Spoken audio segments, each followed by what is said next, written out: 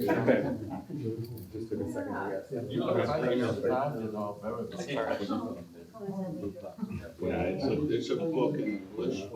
It's the only one, and I always talk to them about it because, people say, well. So are you here? Especially now that the additive store system. Already gave you the key back? Yeah. No. I'm gonna grab my information. I think that we can work a lot of people. Focusing on the name tags. Yeah.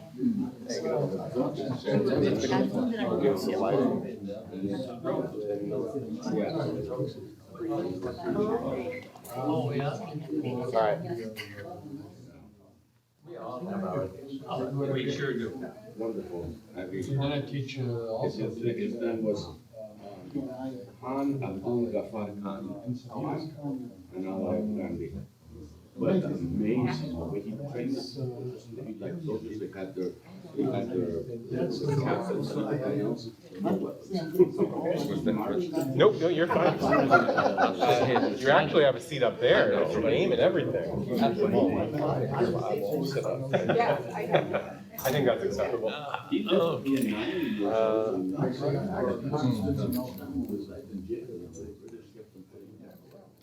I don't actually, maybe that's what we do. yeah. Thanks, Clarissa. Yeah, because I was able to talk with Bob last time. There's so much correspondence between cosmology of the lotus sutra and going My dissertation. Hey, Barry. And our business was Morning. Thank you. I had Japan. Good morning. Ignacio. Was English teacher for some. Oh, yes. And I lived down with We that. would look at it. That seems to be the trend of the state. I like to come up here. The state of one place that we got one. Did you get up very So early? you're teaching. I left about, Went to Japan. 7:45. At one The 557, or the Kingdom of Right up to 15. that, those issues. And I love seeing the open scenery. Oh, at the links on the Center for Processing. Jesus, jazz, and Buddhism. Because we did a dialogue on jazz. Well, that's my thing. Wow, okay. I'm gonna go in. Okay, yes, anyway, we'll talk more, yeah. Hey, so this is Ruqayya Khan from CPU. Hello there, Jay, good to Thank see you so you. much for your email. Oh, it's my honor. I'm so glad you could help us.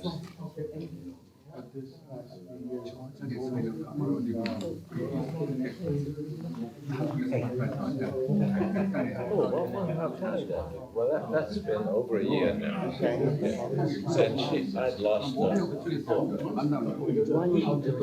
She had dementia for several. I'm glad to be a nice participant. Come on, boy, second. Uncommitted.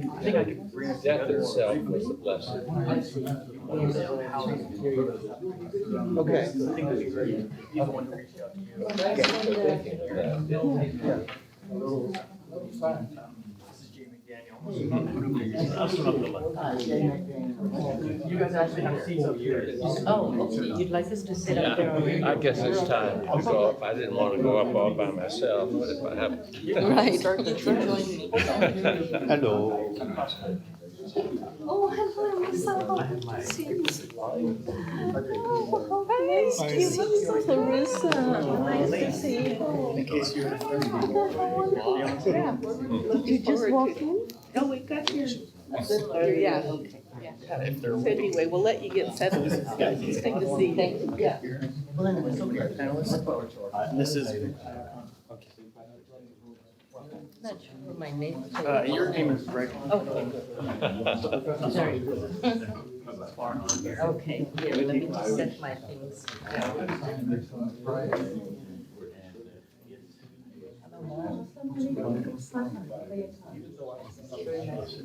John Cobb. Yes. Thank you so much.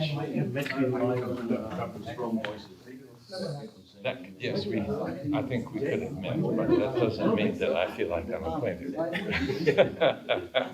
I was involved in the faith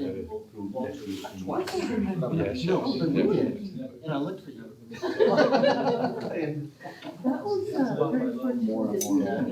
Well, I am a member of the Methodist Church here. We appreciated his leadership. First one reached out to us. A lot of meetings and. Yes, sure, yeah, the Muslims and Methodists. Yes, M&M. M&M. And in fact, we had arranged a few get-togethers at the house of a friend in Islam. Yes. Makes sense. Yes. Oh, I see. I see. Well, have you moved back? No,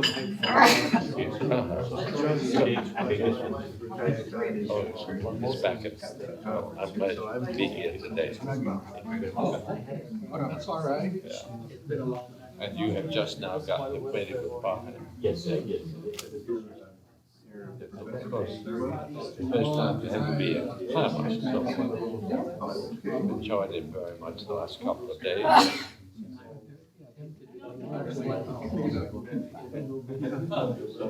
Long way up.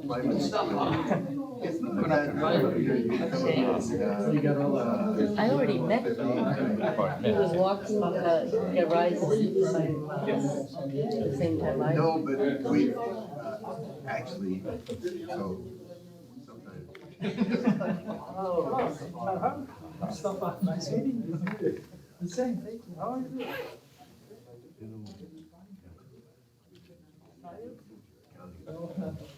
But the drive from Claremont to San Diego. Ignacio, I started to sit down here and I said, it says Reverend Ignacio Castrera. On the other side or what? How about that? The rest of them just have it on one Aren't side. you also on the afternoon? No, you're the one. So That's it was a very sensible thing That's to a do. very but nice reminder. It's sort of.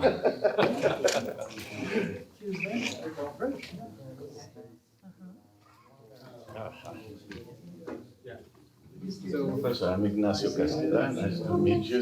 Yes, yes. I saw your name. No. I met a colleague of yours from Pomona College, which was also, has very similar Interesting. biography also. Born in, actually she was born in India, I think, and then lived in Africa. And then she's in Pomona College. Her name? Zane, is it Zane Qasim? I think so, yeah, Yes, that's it. yes, that's I it, know her, that's- yes, I know. Yeah. Yeah, we have remarkable similar, Exactly. and we're like now literally next door to each other. Well, I mean, she's Yeah, at yeah, of Pomona course. College, Yes, I mean, yes, yeah, no, that is just an amazing how thing, yeah. small the world is. Yes, yes, yes. And also, the kinds of circumstances that have forced many of us to leave our place of birth and all of that. I grew up in Mexico. I was gonna ask you, In which city? Puebla, which is very close to Mexico City. Oh, So I'm looking forward both to your presentation here and to more cooperation between us. yes, I wish I could say I'm an expert in either process studies or theology. I know neither very well, but I am very inspired and excited at this, the location here to myself better, and that we're in a group. At the table there. Exactly. I think that's gonna bring me. Wonderful. Sure, well, You have a little leaf or something. Oh, thank you. Well, Mustafa, who just came, has been my main connection up until now. He took his PhD here. Yes, I noticed that. I noticed that. So, otherwise, I don't mean that of course, we all have Muslim friends, it's not a matter of that. Yeah, no, it's But a matter in of the terms academic. of the academic and specifically an interest in process thought and Islam. Yeah. Yeah, no, I understand. That's a small group, but he was sent here by a professor in Turkey, philosopher, who was very much interested in Whitehead. So Now, who is that? we'll have to ask Oh, him, no, I he's right know, here. well, I'll ask him. I don't remember the Fethullah name. Gulen. But there Okay, I there will have ask been him. 2 or 3 philosophers in Turkey who have had some interest in Whitehead. Okay, great. And that has been, I would say, the main bridge, except for Iqbal himself. I see. And we've always thought we needed to find some way of connecting with Iqbal, with Yeah. his style. And so wonderful when he actually, Yeah, no, that's very good. when he comes to us, we weren't making any progress on it. That's very good, that's very good. Here he is. Hello. Hello there. Very nice to meet you. And Hello, so glad you could make it. Same, thank you. How are you? Yes, don't see you enough. I heard, you're an alum. Yes.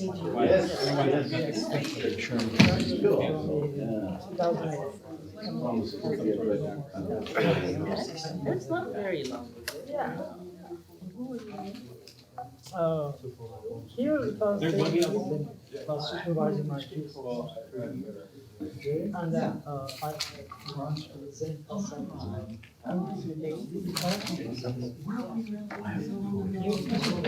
Yes, I am. Not here, at CG. Oh, at CG. Yes.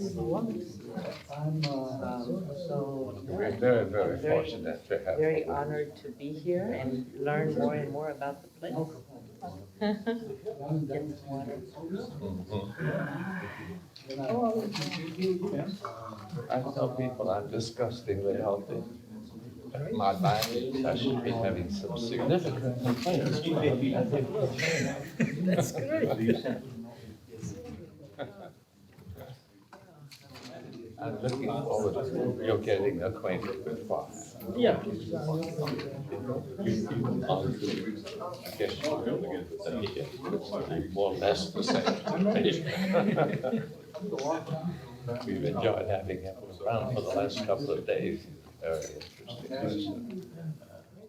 Almost as smart as you are.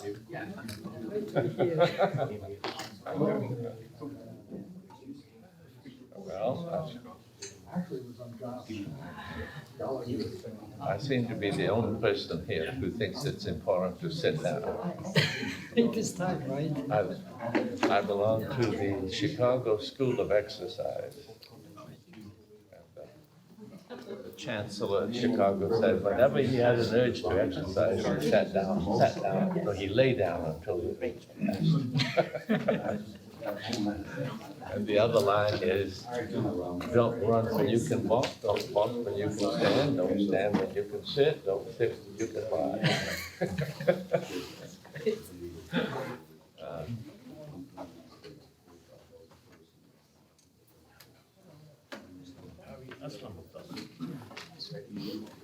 Well, I'm assuming he's not me. Well, yeah, he's up first, right? Will I be the first of the respondents? I'm not asking for it, I just wanted to know. I thought we pulled sticks. You know, order sticks first. But no, that's fine. I mean, obviously what I'll do is different from what we're asking about. Okay, that's great. Trying to keep it informal. Andrew, you don't want to wait for that vote all the time? As I start to introduce. All right, so my name is John Becker. I'm the event coordinator at the Center for Process Studies. And we actually have a group coming up from San Diego. Right now, they should be here any minute. It's Michael Lodahl, and a group of his students are coming up. So I guess I'll just try and talk and waste a little more time. So this event came about through Farhan Shah contacting Jay McDaniel, who's a professor at Hendrix College. College in Arkansas. And from that initial contact, this entire conference came about. And it's very exciting for the center. Process theology is very important in Christian circles, and not so much in Islamic and Muslim communities. So the initiative to bring process thought to a different realm of theological discourse is really exciting. I've had the opportunity to walk around with Farhan, show Farhan Claremont a little bit, and he's really excited about being here and getting good feedback. He's finishing up or writing his dissertation at Oslo, Norway. What university? University of Oslo. University of Oslo, just like that. So, very exciting to put Whitehead in conversation with Muhammad Iqbal. So a few things that I hope to come out of this conference. One, like I said, just a lot of good feedback for Farhan to take back as he's formulating his dissertation. And on a personal note, I'd love to see Farhan wear sandals. I'm trying to get him into the Claremont style, right? He's always dressed so nicely. This is probably the best you're going to see me do. That's good, that's good. So I'm going to hand it over to Jay so Jay could say a little bit about how this all came about. And so I'd like to introduce Jay McDaniel. Hi, everybody. I'm glad to see you. And I think I'm going to try to spend a little time waiting for the group from San Diego to come. Do you think it's about 4 minutes, 5 minutes? I mean, when he walks in, that'll be the telltale sign. It's imminent. Yes. All right. Michael Lowdown. You, I have asked Farhan to introduce himself and explain his project to you when it's his turn. And so I'm not going to say a lot about Farhan right now, but you might just be interested in how it all happened. Some years ago, I was aware that a whole lot of good work in process philosophy and process theology was emerging at an academic level. A lot of it Christian, but not all of it Christian. And just my own work was in process theology and Buddhism. And I think some of the most creative work in process theology today is done by a Jewish writer, Rabbi Bradley Artson in Los Angeles. I think it's really a leading edge of process theology. But over the years, as I'll explain this afternoon, I grew to have a special affinity for Islam. And I found myself wondering, what would a process theology look like that was Muslim? An Islamic process theology. And I sensed its possibility. The more I learned about Islam, including classical Islam, the more I realized there would be a way of articulating it Islamically that would look very different from Christian process theology, from Jewish process theology, from Buddhist process theology, but would certainly have a beauty and a wisdom of its own worth sharing with the world. So that was, I've been thinking that, and then it makes you believe in divine providence. I get word from Farhan Shah, of whom I'd never heard. And he said, I've been looking at your website, and I see that you do a lot of work in process philosophy and theology.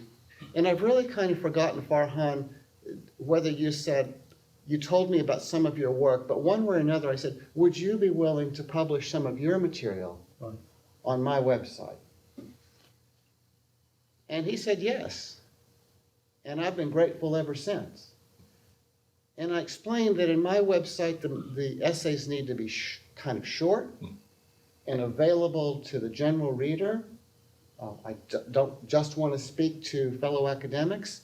And he was able to write and present the beginnings of what I would call an Islamic process theology in just that way. So he's published, I would guess, 12, 14 pieces in my website. Tell them what your website is. I'm Somebody hesitating might to want tell look you it up. what the name of my website. I'm really trying to avoid that at all costs. And my mentor has forced me to name it. So my website is called Jesus, Jazz, and Buddhism. And it emerged because I do a lot of work in China. And in China, I have met many, many people who are drawn to Jesus, but who are not Christians. And I know many, many people in the United States who are attracted to dimensions of Buddhism, but are not self-identified Buddhists. And jazz represents not so much the musical form, but the idea of spontaneity, improvisation, and bringing things together that are not ordinarily associated. So for me, Jesus is not restricted to Christianity, Buddhism is not restricted to Buddhism, and jazz is not restricted to jazz. But you put them together and you have the idea of a kind of way of looking at things that stresses interconnectedness, improvisation, creativity, kindness, care for the vulnerable, and a sense of interconnectedness. So the reason that my website is titled that is for that reason. I wanted a memorable way to say those qualities of heart and mind matter. And back to Islam. I truly do think Islam has a contribution to make to the world in which those qualities of heart and mind are given to us. Muslims too, of course. So the more I got to know Farhan, I'm still wasting time. The more I got to know Farhan, the more I realized, at least in his context, self-identified Muslims face a special dilemma. On the one hand, there's Islamophobia. There's the critique. There's the fear of Islam. And that puts Muslims on the defensive. It's always about defending Islam. And on the other hand, there can be a kind of sterility, a kind of stagnation in clerical Islam itself.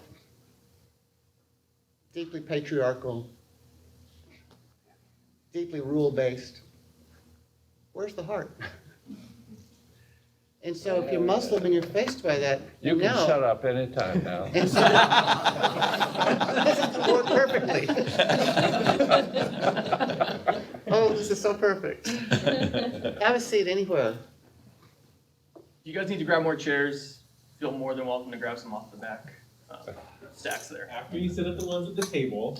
Yes. Everybody wants to be in the back. My hat doesn't have to own a complete chair, I'll do it myself.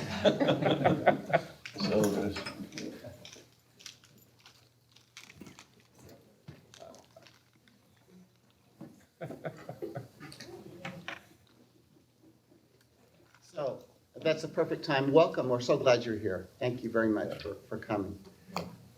And I realized that Farhan himself felt those issues and felt a sense of his, felt a calling.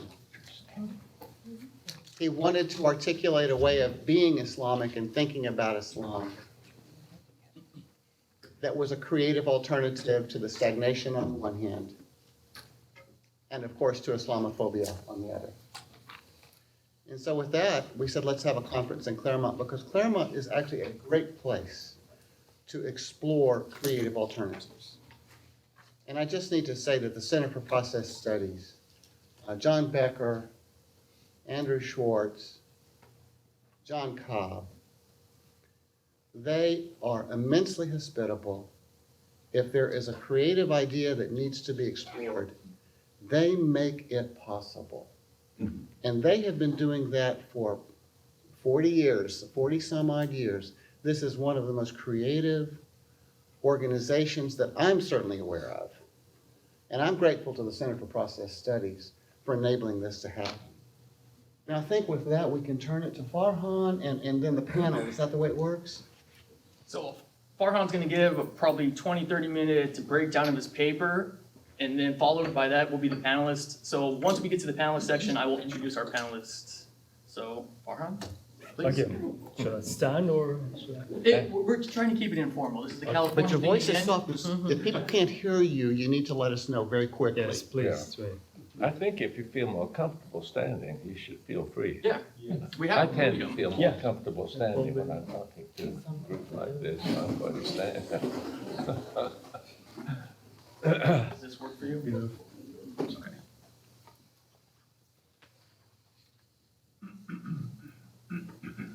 Okay. First of all, welcome everyone. I would like to thank the Center for Public Studies, and as J. McDaniel just mentioned, the Center for Public Studies is a wonderful soil where we can develop and nourish creative ideas, not just restricted to a religion, for instance Christianity, but it is highly inclusive and includes every creative idea capable of unifying God's creation. So I would like to thank the center, and I also like to thank my mentor and my source of inspiration, John Cobb, for his love, his inclusion. He has been and still is and will always be a great source of power and process, because he is, as I like to say, the living example of Jesus' theology, because John Cobb lives his faith. So I'm forever grateful. And then my dear friend Jay McDaniel for his continuous support and stimulating conversations. As with Jay, he lives his theology, he lives his faith. That is what attracted me to Jay McDaniel, because I'm a pragmatic person. So he really he honors humanity and creation in his not only in his conversation but also in his deeds. That is what faith is all about. I will start by introducing myself. My name is Farhan Shah. I'm born in Oslo, the capital city of Norway. I have my master thesis in, it is called Philosophy of Religion and Society. But to be more specific, I have written a thesis on modern Islamic theology and philosophy. And I have written a thesis about Muhammad Iqbal, his philosophy. Muhammad Iqbal, in short, was a Muslim Indo-Pak philosopher. He was also a philosophical poet. He was a social reformer, and he was a Quranic scholar. And he is often understood as the spiritual father of Pakistan. So I have virtually grown up with Iqbal because Iqbal has been quite central in my family, and the environment I had was quite open. It was very spacious. We explored Iqbal's ideas, and we tried to connect his ideas to the lived life. So I'm very grateful for my parents for giving me this kind of environment. The situation in Norway is quite unique because, as Jim McDaniel mentioned, on one side we have the rising tide of Islamophobia, right-wing populist rhetoric, which is not only anti-Islamic, but it is dehumanizing. And it demonizes the other, and that is, in our situation, the Muslims. And on the other side, we have the more conservative or conventional Muslims who are just trying to uphold the status quo. And they are in a state of defense now because of rising tide of Islamophobia. So their mission is only to protect and defend their faith, which is linked to their identity.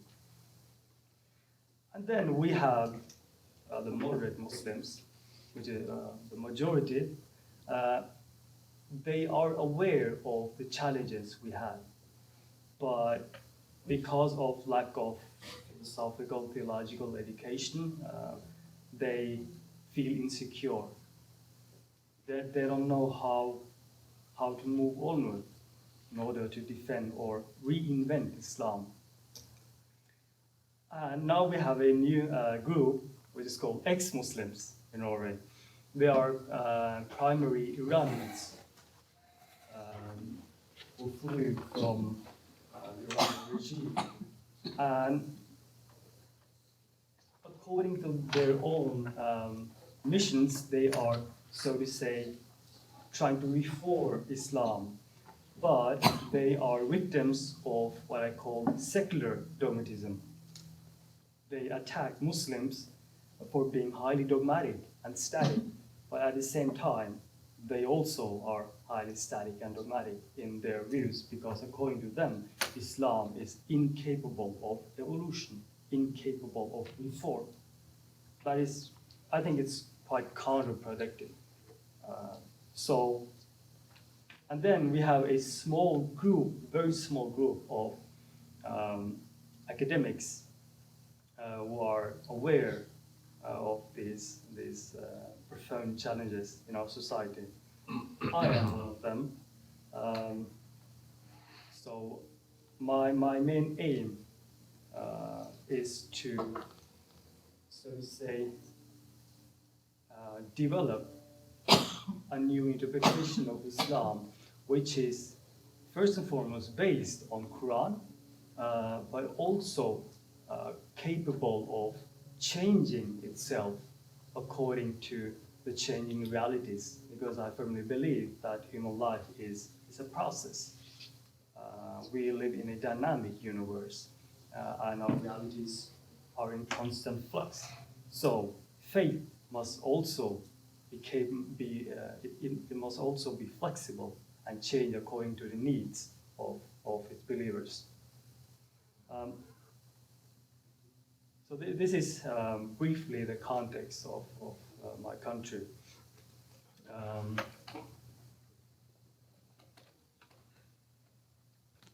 My focus of attention now is these conservative Muslims. They tend to cling to Islam as it was in the past. So it is a version of Islam which is retrospective. But I believe that Islam, first and foremost, is a call from the future. It is prospective. It is forward-looking. It is dynamic. So my stance is quite prospective, because I believe that we cannot reduce Islam to what it has been, but we must also try to realize the potentials Islam have in the present and also in the future. So there are generally two stances in Islamic theology or Islamic history. One is taqlid. Taqlid stands for blind imitation. It means that whatever the theologians, the clerics has said about Islam is true. So we, the believers, we can't, so to say, have a reflective approach to the knowledge production.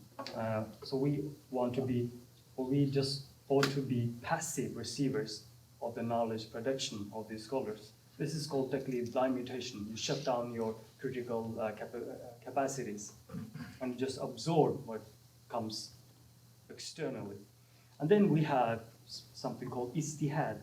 Ijtihad means creative reinterpretation or independent reflection, independent thinking. This means that we are reflective, intelligent, rational, and moral agents.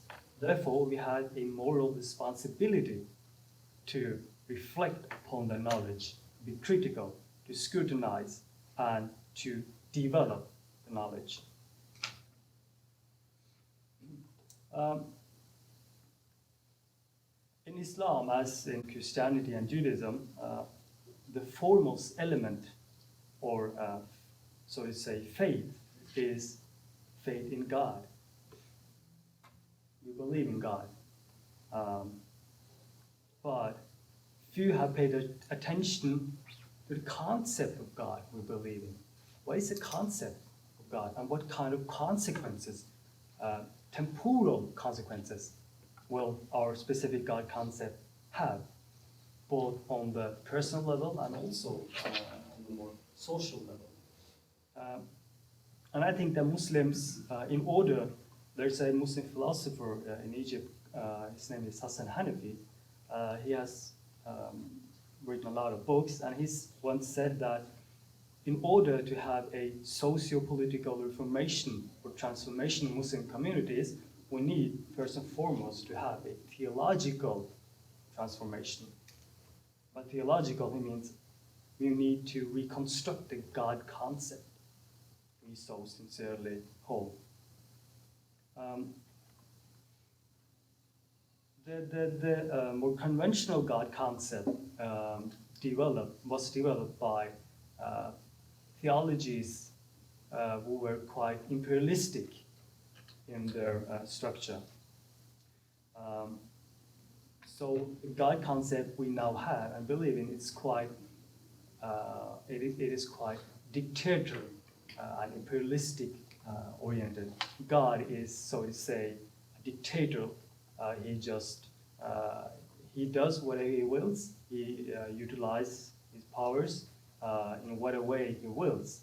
And God also works in a haphazardly way, leaving minimal scope or no scope for human agency and creativity.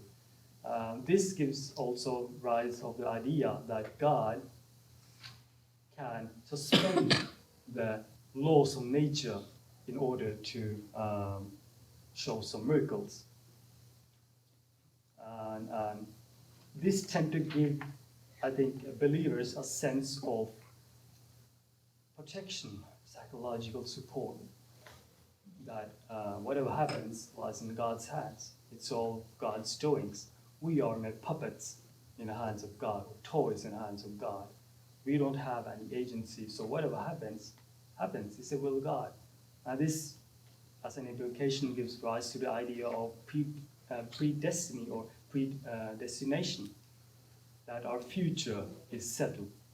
So we can't change, we can't inject new possibilities in our past, in our present. I think such a concept of God is destructive. And as a Muslim living in the Norwegian society, aware of the Muslim communities, I'm quite sure that such a God is quite destructive, because I am experiencing how the clerics, for instance, in Norway, and how, so to say, the scholars are utilizing God in order to tone down the masses.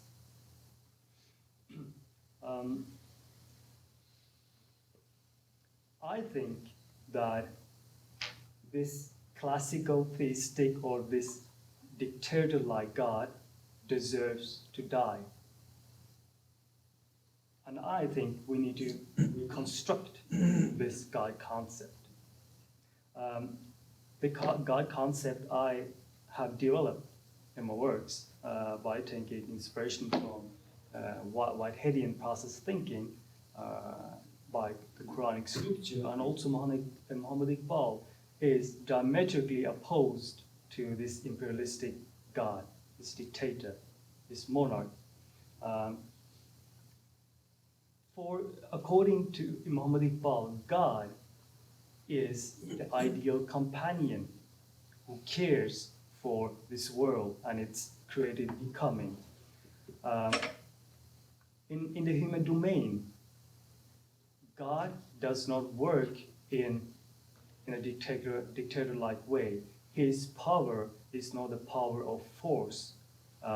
His power is the power of love, of inclusion, of invitation. So, the Quranic scripture is, in other words, God's invitation towards himself. Now, what is the Quranic scripture? The Quran is first and foremost God's calling towards compassion, towards wisdom, towards justice and creational unity. Muhammad Iqbal says that Quran is a set of basic principles of a universal import directing the evolution of human society on a spiritual basis. So, in other words, the Quran is not a rigid legalistic book of rules and regulations.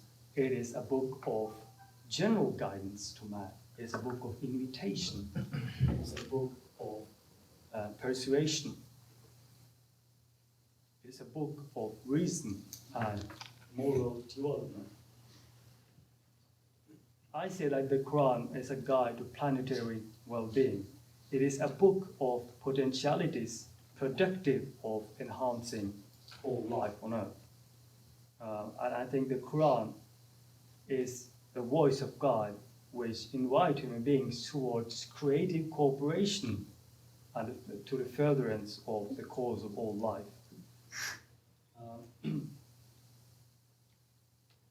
The second important element is that human beings, since God's power is invitation, it implies that we can be receptive to invitation, but we can also turn down the invitation of God. That means that human beings are self-determining agents.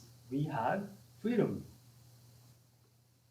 So, in order to enter into a creative and constructive relation with God, we human beings must take the initiative, because God does not force people.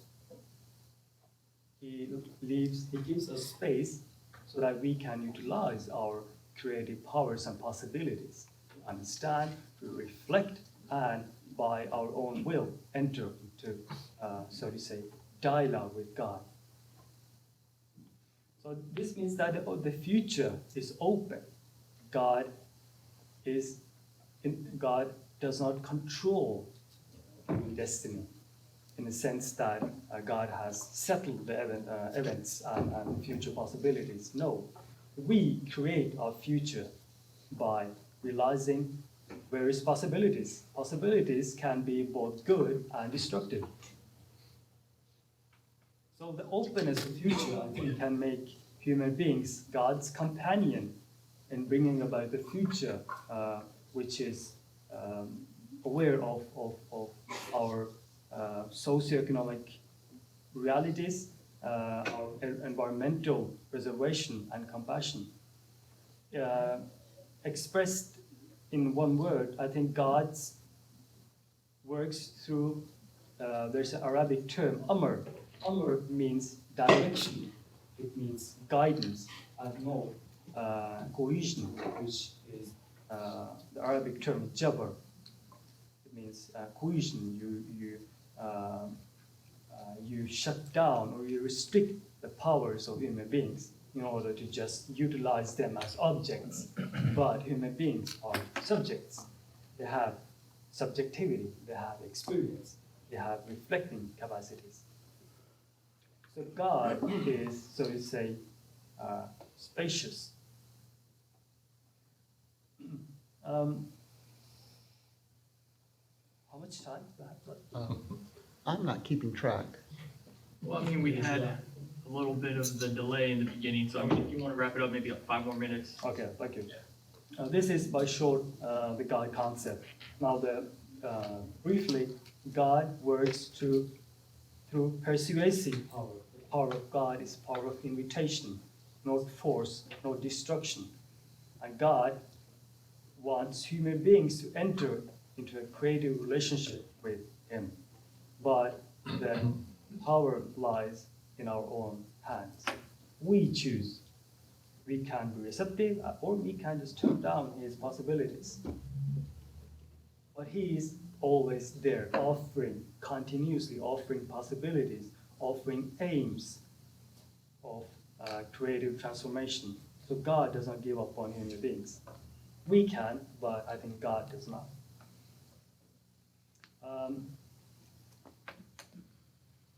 I pay much attention to God because I think God, so to say, is our intimate conviction, and a belief in God can transform us for good and also for a bad. That's why, for instance, Muhammad Iqbal wrote in his book, The Reconstruction of Religious Thought in Islam. He paid much attention to the reconstruction of God, or God concept, because he knew how important it is to how profound impact a specific God concept can have psychologically for the individual and in our social capacities. I also want to discuss something about how we should understand the Quran, and also something about humanism, because I think God invited us to humanism, but humanism there are various kinds of humanism. So I have defined humanism in more process terms, inspired by the work of John Cobb, for instance, Whitehead and McDaniel, and also Iqbal, and also my readings of the Quran. But I think I can take it later on. That's it for now. Thank you.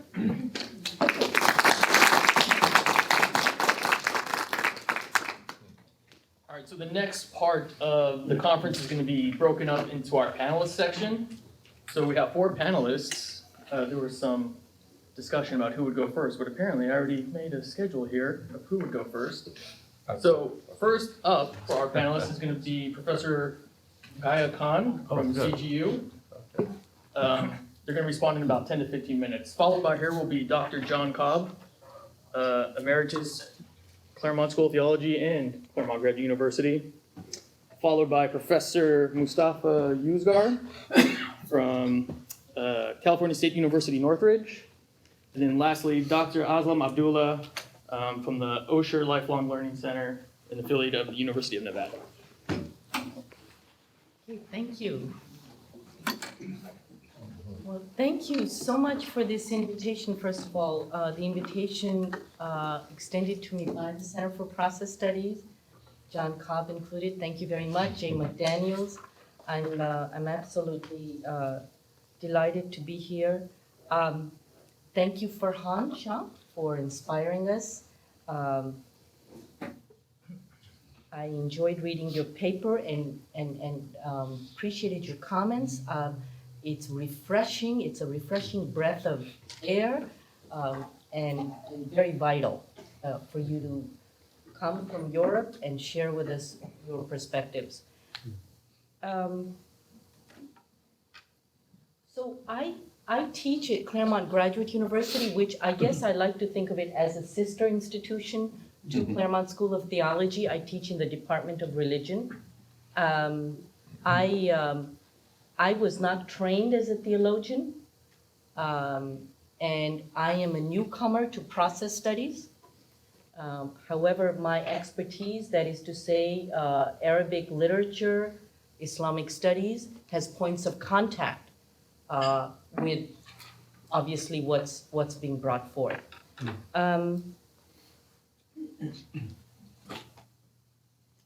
So initially, 3 things come to my mind upon hearing your paper, and then I have a few more comments to make. So if I'm going to use this term process Islam, a process-friendly Islam, even though, like I said, I'm no expert on process theology, but I've been able to glean some principles and ideas, right?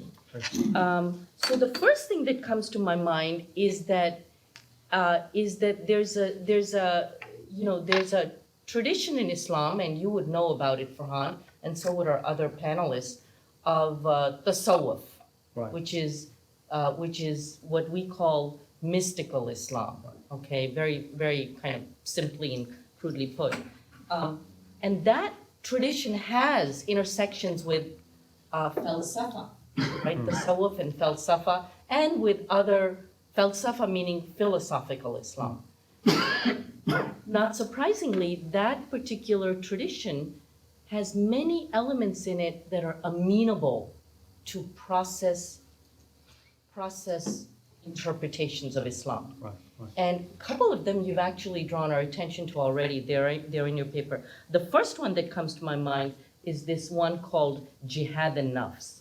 Jihad an-nafs. So for those of you who are newcomers to Islam, you know that the term jihad has been oft used in our society to mean that very stereotypical and common violent struggle, right?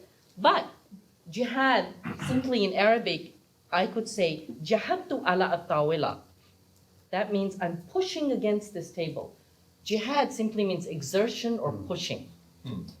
That's all it generically means, but in medieval Islam, it did come to be integrated with the concept of pushing as in warring, okay? So a medieval doctrine of warfare is out there, but like any term, it has many meanings. And jihad an-nafs means the pushing within the self or soul, the exertion within the self or soul. And there, the exertion or struggle within the self or soul to strive for a better self or soul. Their process is very much inherent, right? I mean, that concept of jihad an-nafs cannot exist without the idea of development and process and refining. I think that needs to be, if it hasn't been done already, that definitely needs to be better integrated with process interpretations of Islam. And this concept of jihad an-nafs is not just specific to Islamic mysticism, it's actually also part of other dominant traditions in Islam. And my colleagues in Islamic studies will corroborate that this notion of jihad an-nafs is part of a hadith tradition of the Prophet. That is to say, the Prophet Muhammad is believed to have said that the greatest struggle or war is not, the one using a sword, but the one using the sword of one's reason to better the self. Then number two, you mentioned ijtihad, and again, the term ijtihad has the same root as jihad. And ijtihad means, as you explained, the struggle on the part of the struggle using reason to advance humanity. Let's just leave it at that.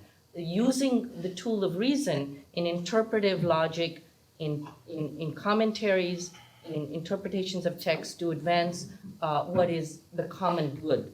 There again, I think you're absolutely right to bring that out, that concept of ijtihad. And you are right that there is in Islam, at least in the traditional Islam, there does seem to be a force toward, it comes from centuries of tradition, but there is a force or a force toward stasis, toward kind of, it's actually embedded in this rather very, very troubling notion of that the doors of ijtihad closed at a particular time. Obviously, those doors need to be reopened, and you are one of many who are, I shouldn't say many, but one of a number of people who is attempting to do that. And I applaud your work. But this idea that somehow the employment of reason to come to advance the goals of humanity, including Muslims, in interpreting text, the notion that is closed is obviously troubling. But it's part of that result of kind of a tradition of stasis in Islam, that the scholars or the clerical scholars of the past reached a consensus regarding norms in the tradition, and that consensus stays. So number two, the doors of ijtihad need to be knocked down, not just opened, but knocked down. And so, again, that's very encouraging to hear. Now, I think actually in your paper on page 8, you mention, because we did have a paper that Farhan circulated, you mention ijtihad, and you mention that you say, for example, quote, the present state of things is, especially as regards modern-day fundamentalist forces and other orthodox elements, reflective of, quote, the finality of human reasoning and interpretation, and hence the exclusion of human agency and independent exertion from the scene.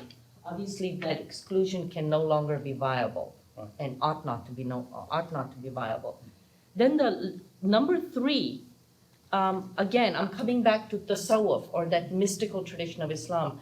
There's a whole theme in the Quranic scripture regarding the signs of God, or divine signs. In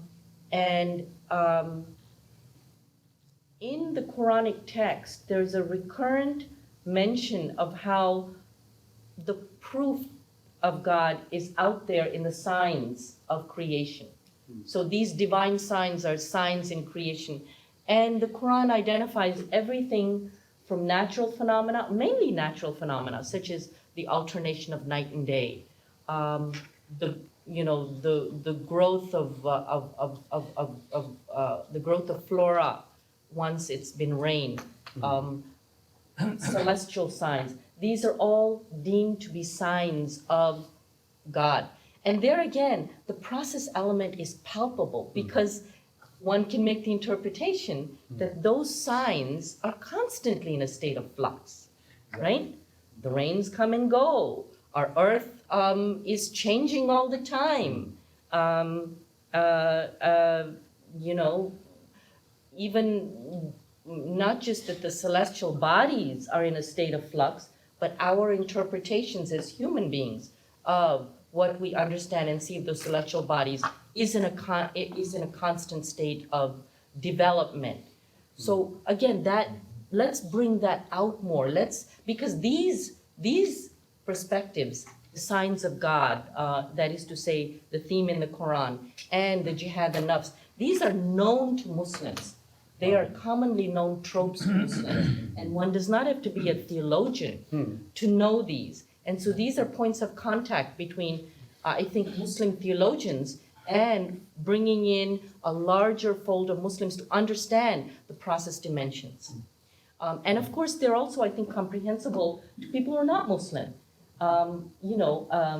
The idea of the bettering of the self, the refinement of the self. How germane is that to Buddhism? The idea of the creation as a form of worship, that is germane to many religious traditions, including Christianity and Judaism, right? I just want to mention 1 or 2 things more, and then I'm going to stop.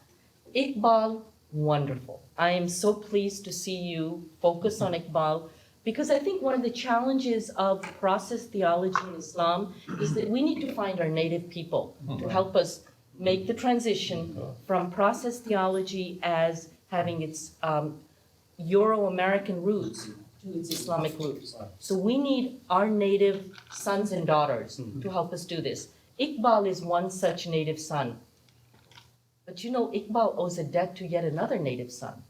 And you would know of him, and I think he needs to be brought into the picture. Sayyid Ahmad Khan.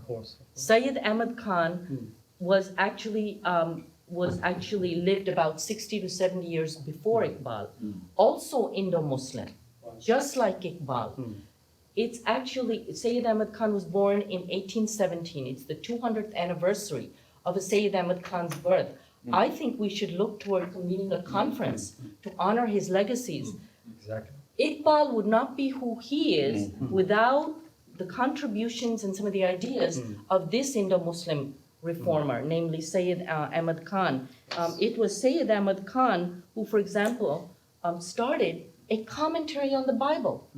I know of no other, forget about medieval or pre-classical or classical, I know of no other contemporary or modern Muslim, and if I'm gonna be corrected on this, I would love that.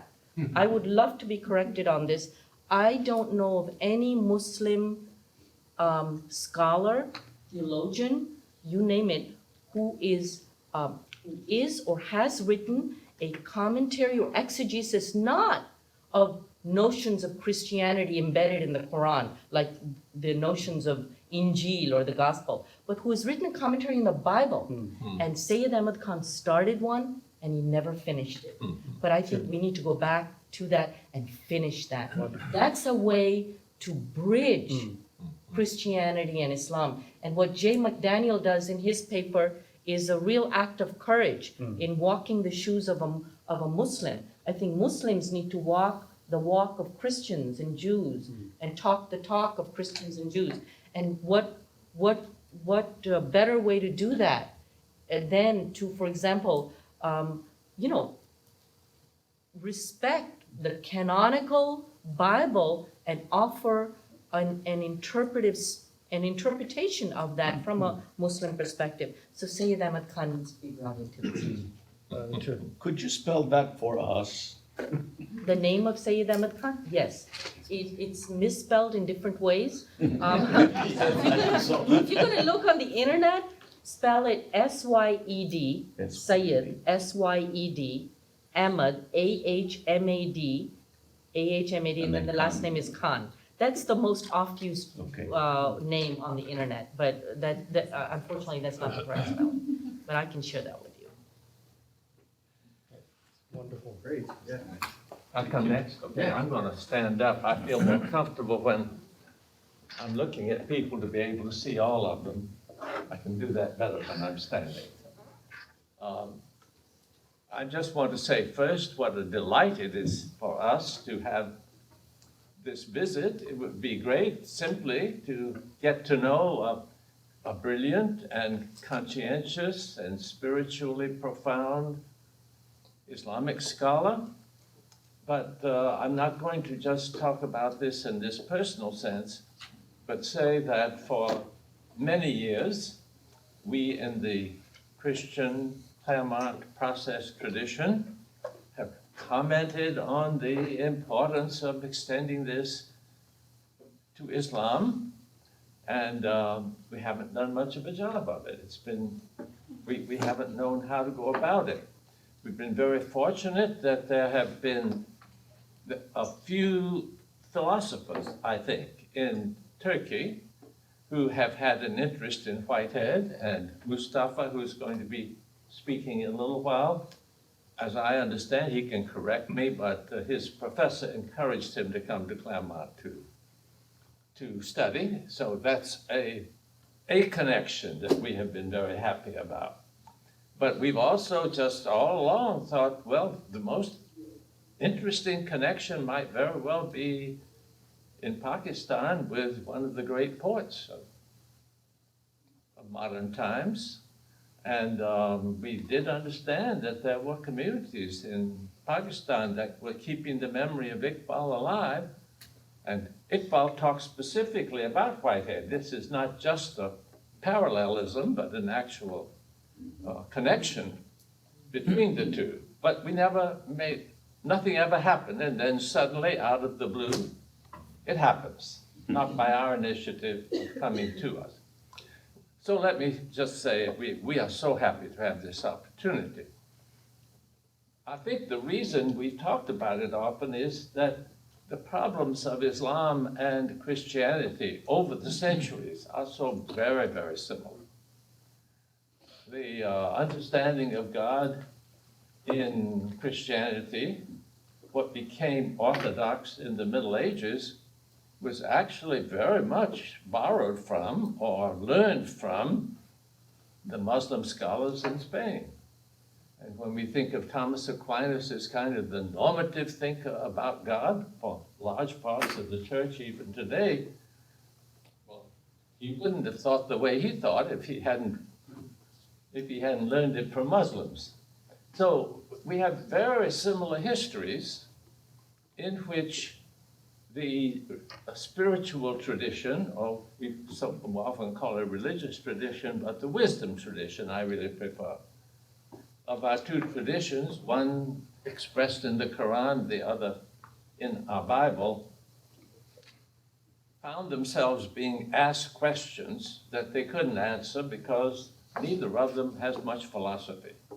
I would say the Bible is a very remarkable book, but not for its philosophical content.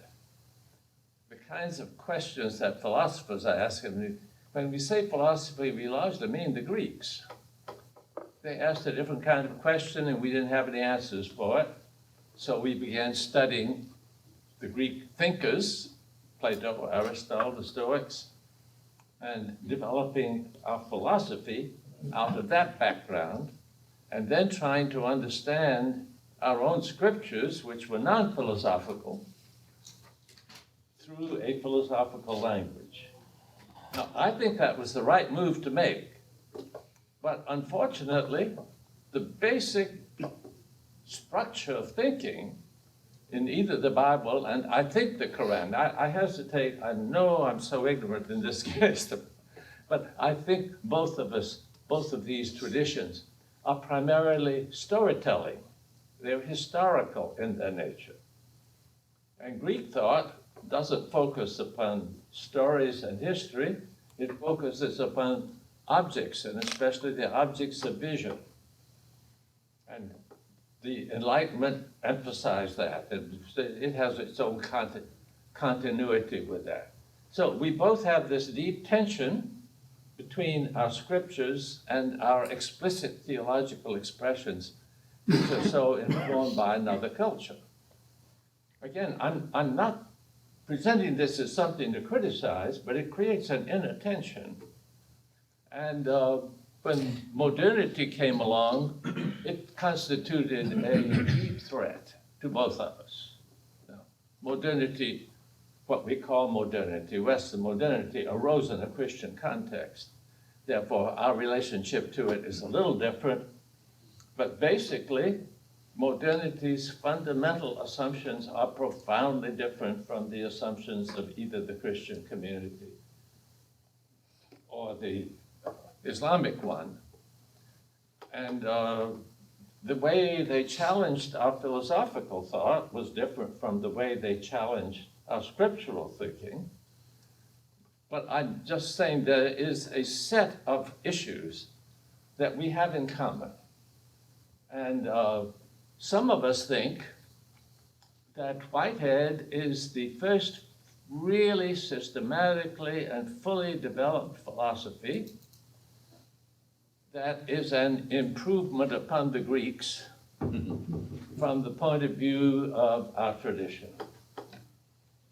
And this is a historically important development, not just one possibility among hundreds. I don't know another possibility. I know others who have done good work, but Whitehead has incorporated their best ideas in a systematic way, which gives it a real possibility for an alternative. Modern philosophy was less helpful to Christians and Muslims than the Greeks. So there was a tendency to hang on to the Greek formulations in spite of the fact that modern science really made the Greek formulations out of date. But the Bible and the Quran think in processive terms. And now we have a philosophy, fully developed metaphysics, which is processive, and just in that respect alone, this is a great advantage. Well, the problems with the Islamic philosophical theology and the problems with the Christian philosophical theology, I think they're the same problem. I mean, subtle, some differences, but not much. It's really the same.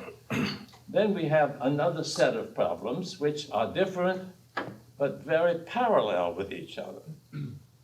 That is, that in Christianity we have developed doctrines, systematic theologies, creeds, which act as a kind of almost replacement of the scriptures in terms of what Christians are supposed to think.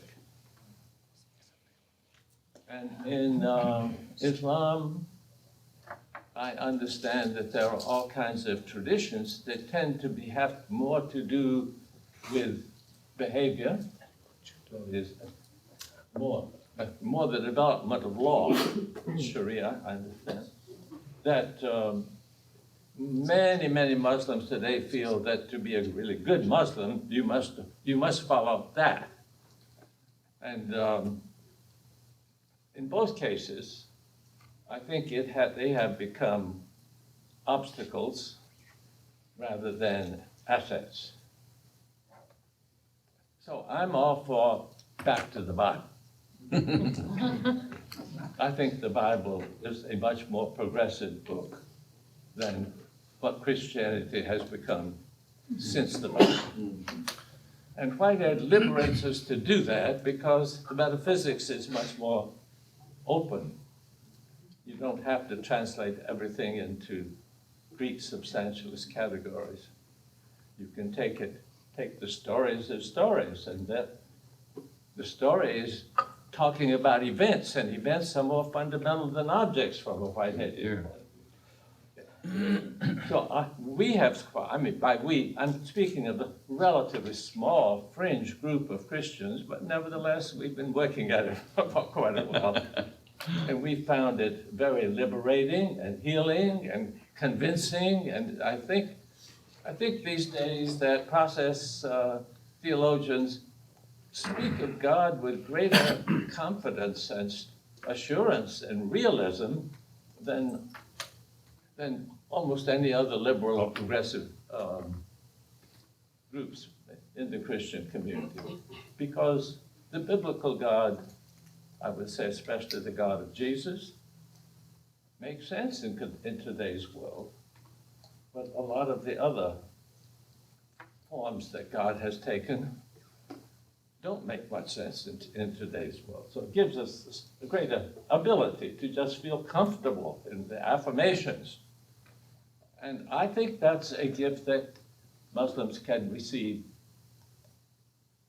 can work out for themselves with their traditions in a way very similar.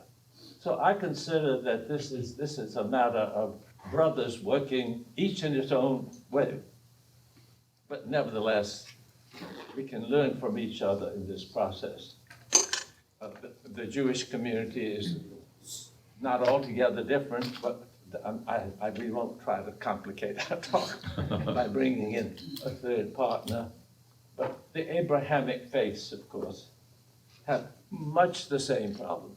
And in different epochs, today, because of modernity, and because Christians have made so many adaptations to modernity, most of them damaging, but some of them wise and helpful, Christians sort of feel like Islam is sort of united because it hasn't adapted the modern worldview as much. But we need to remember at different times, Islam has been the advanced, culturally advanced, philosophically advanced community, and Christians have been the benighted people. This idea that Islam or Christianity, one is more advanced than the other, just depends on what epoch you're talking about, and in any case, being advanced may be advanced in a very bad direction, so that I don't think it should be the criteria.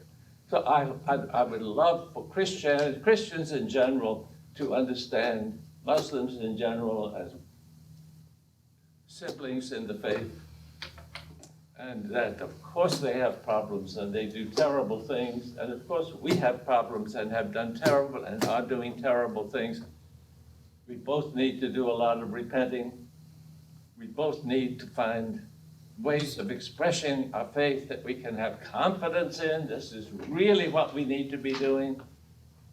And neither of us, on a wide scale, have succeeded. We're both in trouble. And rather than quarrel with each other, let's celebrate each other and help each other as much as we can.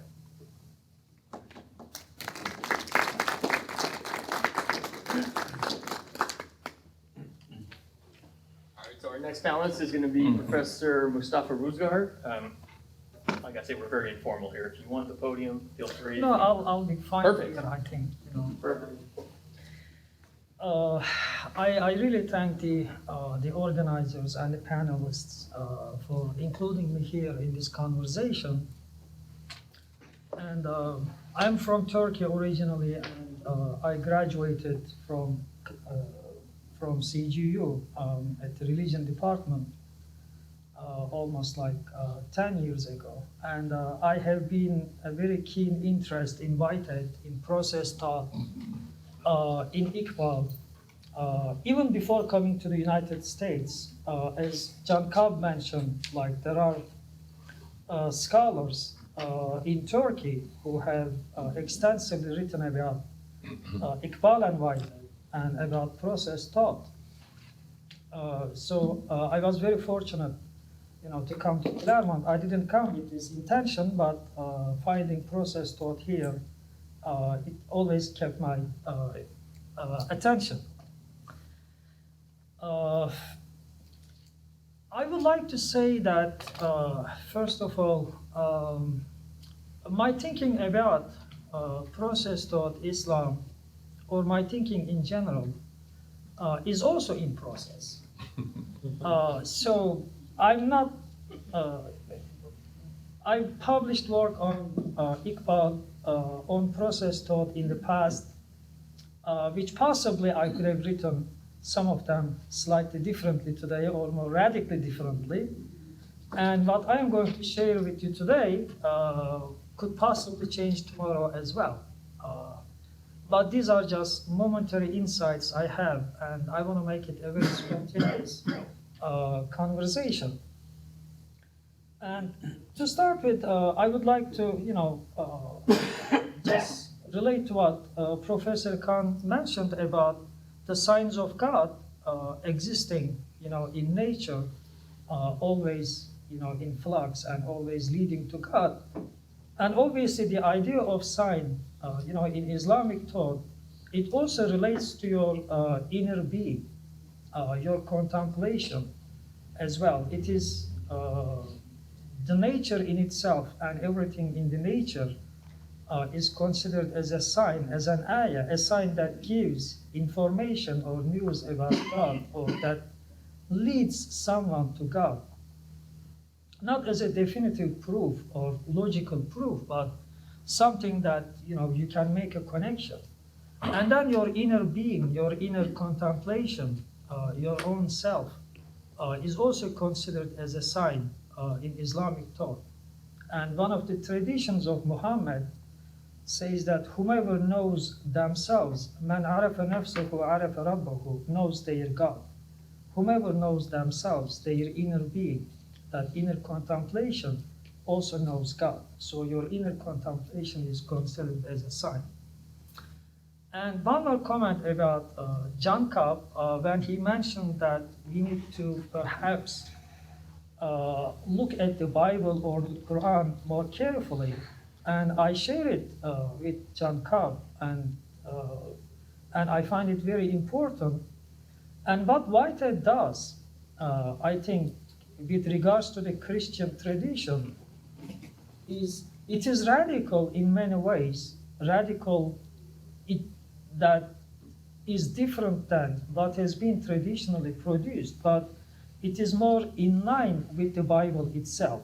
And Mehmet Aydın, one of my professors in Turkey, who has written about Iqbal process and Whitehead, he makes the same observation, stating that what Iqbal does, where Iqbal stands for, is some of his views would be perhaps in tension with some of the traditional opinions or ideas, but it would be more in line with the Quran itself. So if something that looks like radical in Iqbal,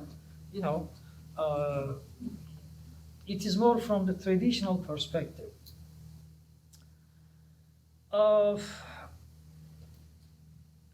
When I read Mr. Shah's paper, I was very enlightened by that in the sense that I would agree almost most of his conclusions, the practical conclusions. For example, about caring for nature, for the marginalized, for the oppressed or vulnerable, including the whole humanity, the whole nature into our ethical and moral decision making. The importance of science as a form of worship, for example, those are all very important and very good ideas. And I am thinking that in Islamic thought, in the classical thought even, these conclusions are not going to be rejected at all. And they would agree in classical thought with every single conclusion we have here about including the whole humanity in our decision making, the whole nature, and the importance of scientific exploration as a form of worship. And I could talk about even the most important names, sometimes defined as traditionalist Muslims, but even those Muslims, as their conclusion, based on their understanding, their interpretation, like Imam Ghazali, for example, in the 12th century, and he has been often accused of the person who killed the philosophical thinking in Islam because of his criticism of Muslim philosophers on a few points. And sometimes he is understood as the scholar who rejects the natural laws, the necessity of natural laws.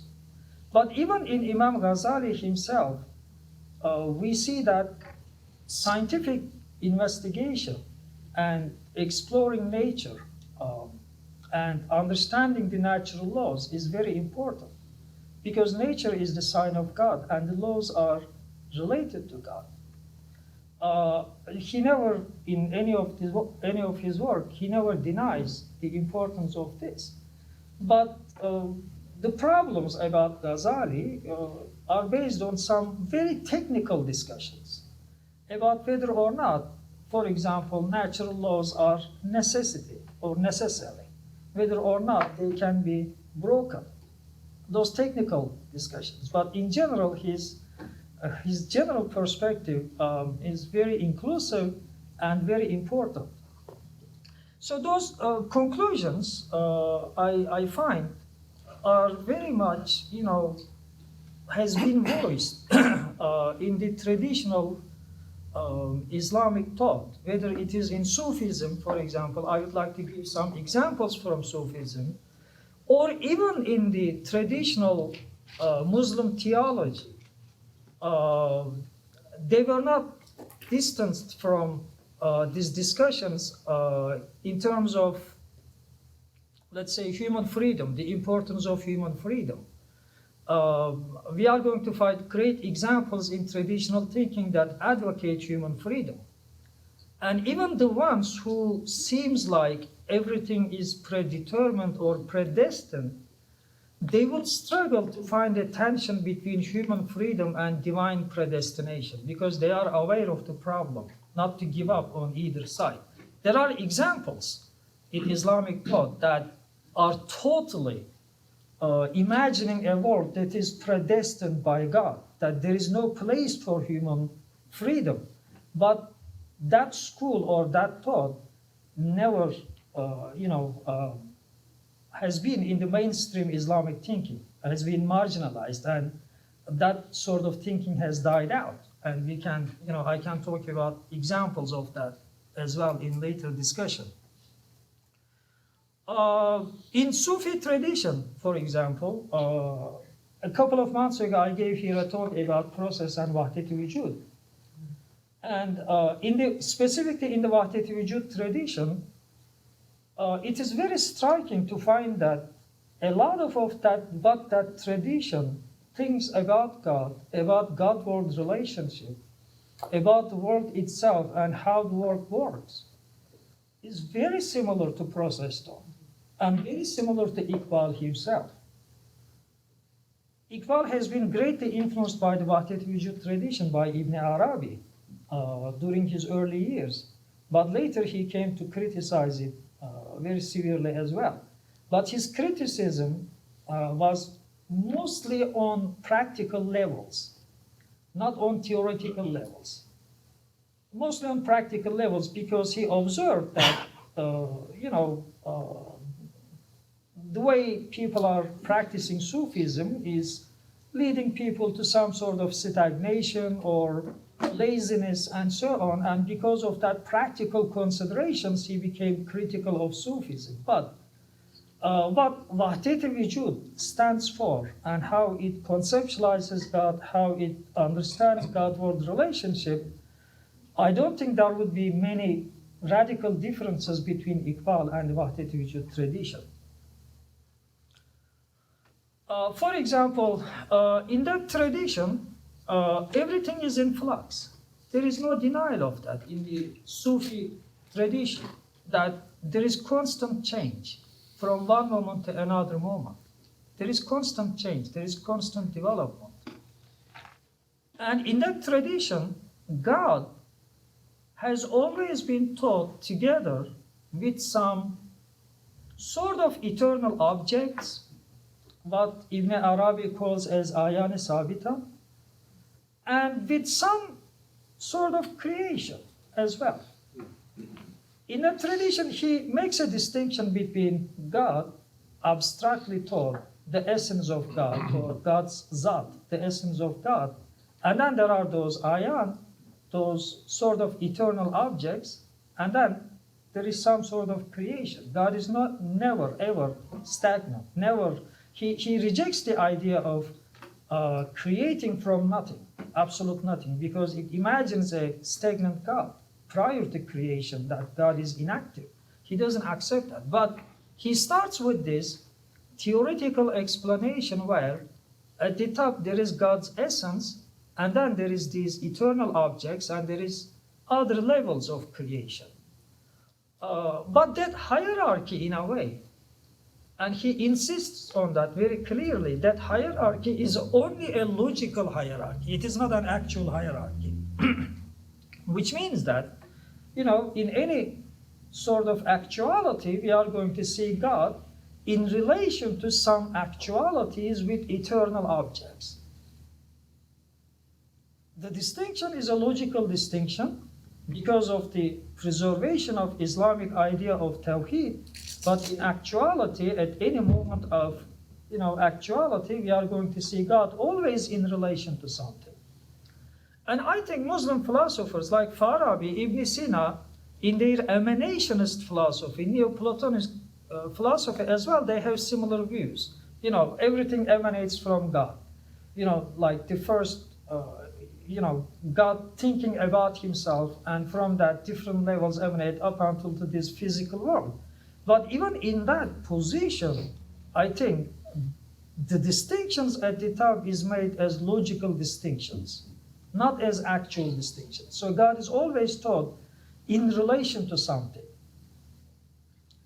which really imagines a very dynamic and always active God, always in creation, as the Quran says, and Iqbal takes it from the Quran. God is always on something, right? Always a sheg on something, and creativity is constant and always, in flux. So Muslims, not only in the philosophic tradition, in Wahdat Wujud tradition, which is a very important tradition, at some point during Ottoman Empire, the whole empire for several centuries have been greatly influenced by the Wahdat Wujud unity of existence tradition. They are not alien to those ideas. And there are other resources in Islamic thought, maybe more technical. We could look at Mullah Sadra, for example, who imagines a very dynamic world, very dynamic existence. he rejects this substantialist thinking in the sense where there are substances that do not change.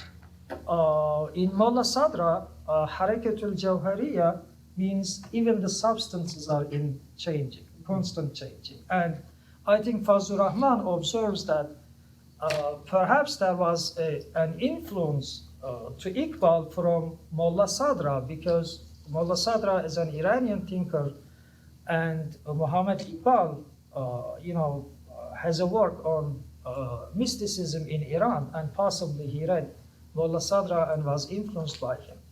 So those are just a few examples from Muslim tradition. Muslim tradition is very rich. Islamic thought is very rich and enormously rich in Sufism, in theology, even in jurisprudential thinking. It is so rich that almost every conceivable idea has been discussed by Muslims in the past. So a lot of things what I read here are very familiar to, from different perspectives. To some aspects have been, that have been emphasized in the past. About human freedom, for example, or predestination. When those questions have emerged in the Muslim land, partly because of some political situation, right after Muhammad, and during the caliphs and in later events, in later developments, questions about predestination, about human freedom, in relation to some other theological questions have emerged in the Muslim land. There have been a few theological schools, like the early schools, Kharijites, for example, talk about human freedom, absolute human freedom in a way. And then there are Qadarites or other schools talking about human freedom. And on the other hand, there are Jabarites, what Farhan mentioned as Jabir force, right? Jabarites who completely imagine a world that is predetermined by God. There is no room for human freedom. But none of these early schools survived. And some of them, they transformed themselves into other schools, like these early schools about human freedom. Later comes the Mu'tazili school, which also argues about human freedom strictly. And they even make statements like human beings are the authors of their actions, their own actions. And then we see a synthesis between these two sides about predestination and human freedom, attempts of synthesis. And that synthesis really constitutes what is mainstream Islam, or what is called as Sunni Islam. Two primary examples: the Ash'ari school, the majority of Muslims, they belong theologically to that school today, and then the Maturidi school. Both of them are an attempt to synthesis. The Ash'aris lean towards predestination more than the Maturidis. Maturidis leans towards human freedom more than the Ash'aris, but both of them would never give up on either side. And they would always argue that there is human freedom and there is God's agency.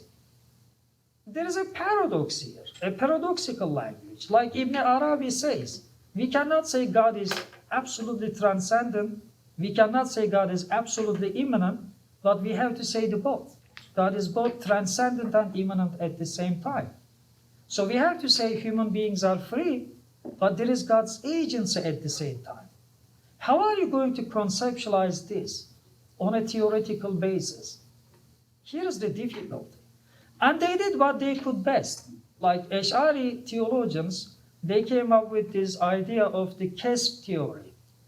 A very difficult one in itself, and was very much influenced by their atomistic philosophy as well at the time. A very complex idea. And we could reject that today very easily. We could say that this atomistic worldview, atomistic perspective is not accurate, it is not scientific, and so on. That is not important for me, but their motivation was important.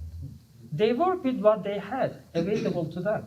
The motivation was to find a way to explain divine agency and human freedom at the same time, not to give up on either one. And Imam Maturidi does the same thing. Human beings are free. He talks about these two terms, qadar, predestination, qadar, human freedom. There is qadar, human freedom, human activity, agency within qadar. One way of conceptualizing that. Or in his opinions about human action, Imam Maturidi says a human action from one perspective looks like God's action, God's creation. From another perspective, it looks like human action, human creation. But he's talking about the very same action from two perspectives, and this is sometimes called as the vector theory in Imam Maturidi. Sorry, I will finish. Okay. A few more sentences. Okay, you're Maturidi talking about human action and recognizing, acknowledging divine agency and human freedom at the same time.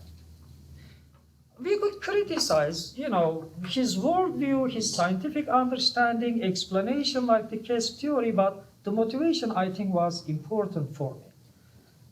So maybe we could talk more about these issues, but for now, I would say many of the conclusions here and the motivation that leads to that conclusion is really not foreign to Muslims, to classical thought, especially to classical thought, which was very rich and diverse. And I'm happy to, relate these points to Islamic thought in this way. Thank you. Okay.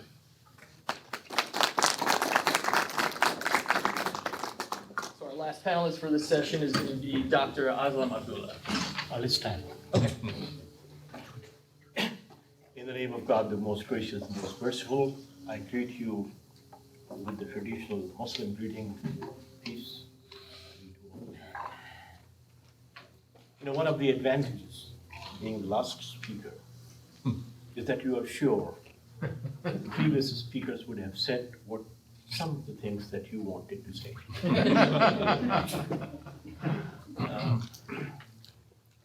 Also, I must admit that I had prepared extensive notes, but John had asked me to come here by 9:15, and it was 9 o'clock at my residence, and I left my notes there. So I have to say whatever I say based on my memory, and if I make mistake, I will plead dementia. Now, we're talking about Iqbal, and I think of the 12,000 couplets that he wrote, 7,000 of them were in Persian. There's one thing that is very clear and dominant. And his whole poetry and the philosophy revolves around that idea. That change is changeable. Change comes as a result of an evolutionary process. And that process comes as a result of intersection and interaction of situational realities. And that is the main theme that Iqbal develops his philosophy, his poetry. And he says very clearly that the only influence that he has in his philosophical thought, which he mentions in the first published work that he did in 1914, which is called Asrar-e-Khudi, or The Secrets of the Self, followed by another book, Ramuz-e-Khudi, Mysteries of the Selflessness, that it is the Quran and Quran alone that has given him that direction and that understanding and that perspective and that philosophical thought. And he says that if you really want to understand my philosophy, you have to understand the Quran. You cannot understand my philosophy and my thoughts without separating it from the Quran. But what he talks about developing an understanding of the Quran is something that was unheard of in Muslim theology. It was a dangerous idea that he introduced, not only in Muslim theology, but in religious theology. Something that perhaps was not said by the philosophers before. What he said, that in order to understand the divine guidance, you have to read it the way as if it is being revealed upon you as an individual. Only then you can connect with the divine guidance. You cannot connect it through the theologians. You cannot connect it through the gatekeepers of Islam. In fact, some of in his poetry, he says the theologians are the ones who raise dust with their own feet, and then they complain that they can't see. So he says that, and then the idea was dangerous because he was saying that it is possible for a common man who has not been to a college, to a seminary, to a religious institution, who has been working in the fields and farms, that if he collects an understanding of the divine guidance, he can relate to the divine and he can find something for himself in this universe as well as in the universe that is yet to come. So that is the revolutionary idea that he introduced. That he said that the time to comprehend his ideas would come much later, because his poetry would be understood in a different set of ideas and a different set of understanding. Because he believed that in the current stage of the affairs in the Muslim world at that particular time, his message would not be understood the same way as the Quran was misunderstood, and the same way as the Quran was mistreated and misspoken by those who claim to be the gatekeepers of Islam, those who claim to be the gatekeepers of the faith itself. So that's the first idea. The second idea that he also introduces in his work, and the Professor Mustafa mentioned to that, and here I have slight digression from what he was saying. He in fact demolished the idea of Wahdatul Wujud, the unity in existence.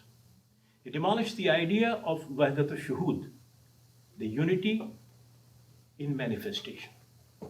And he demolished the idea of Wahdatul Munsabit that was introduced by Shah Waliullah, which was an attempt to reconcile the unity in manifestation and the unity in existence.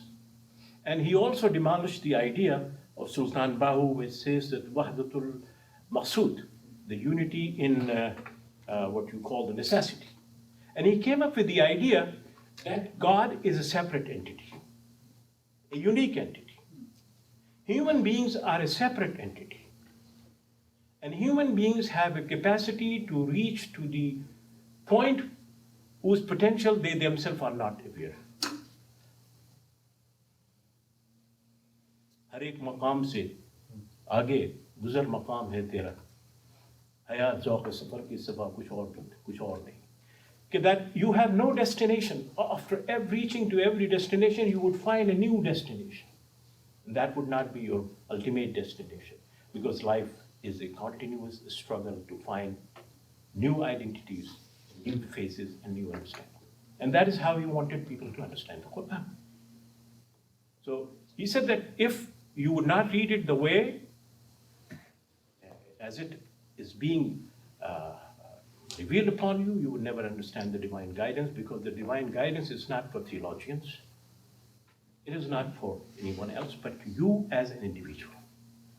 And you have to discover. And once you discover that, then you have the potential to assert yourself. And once you start asserting yourself, you would reach to those levels where no one has reached. And he says very clearly in many of his verses that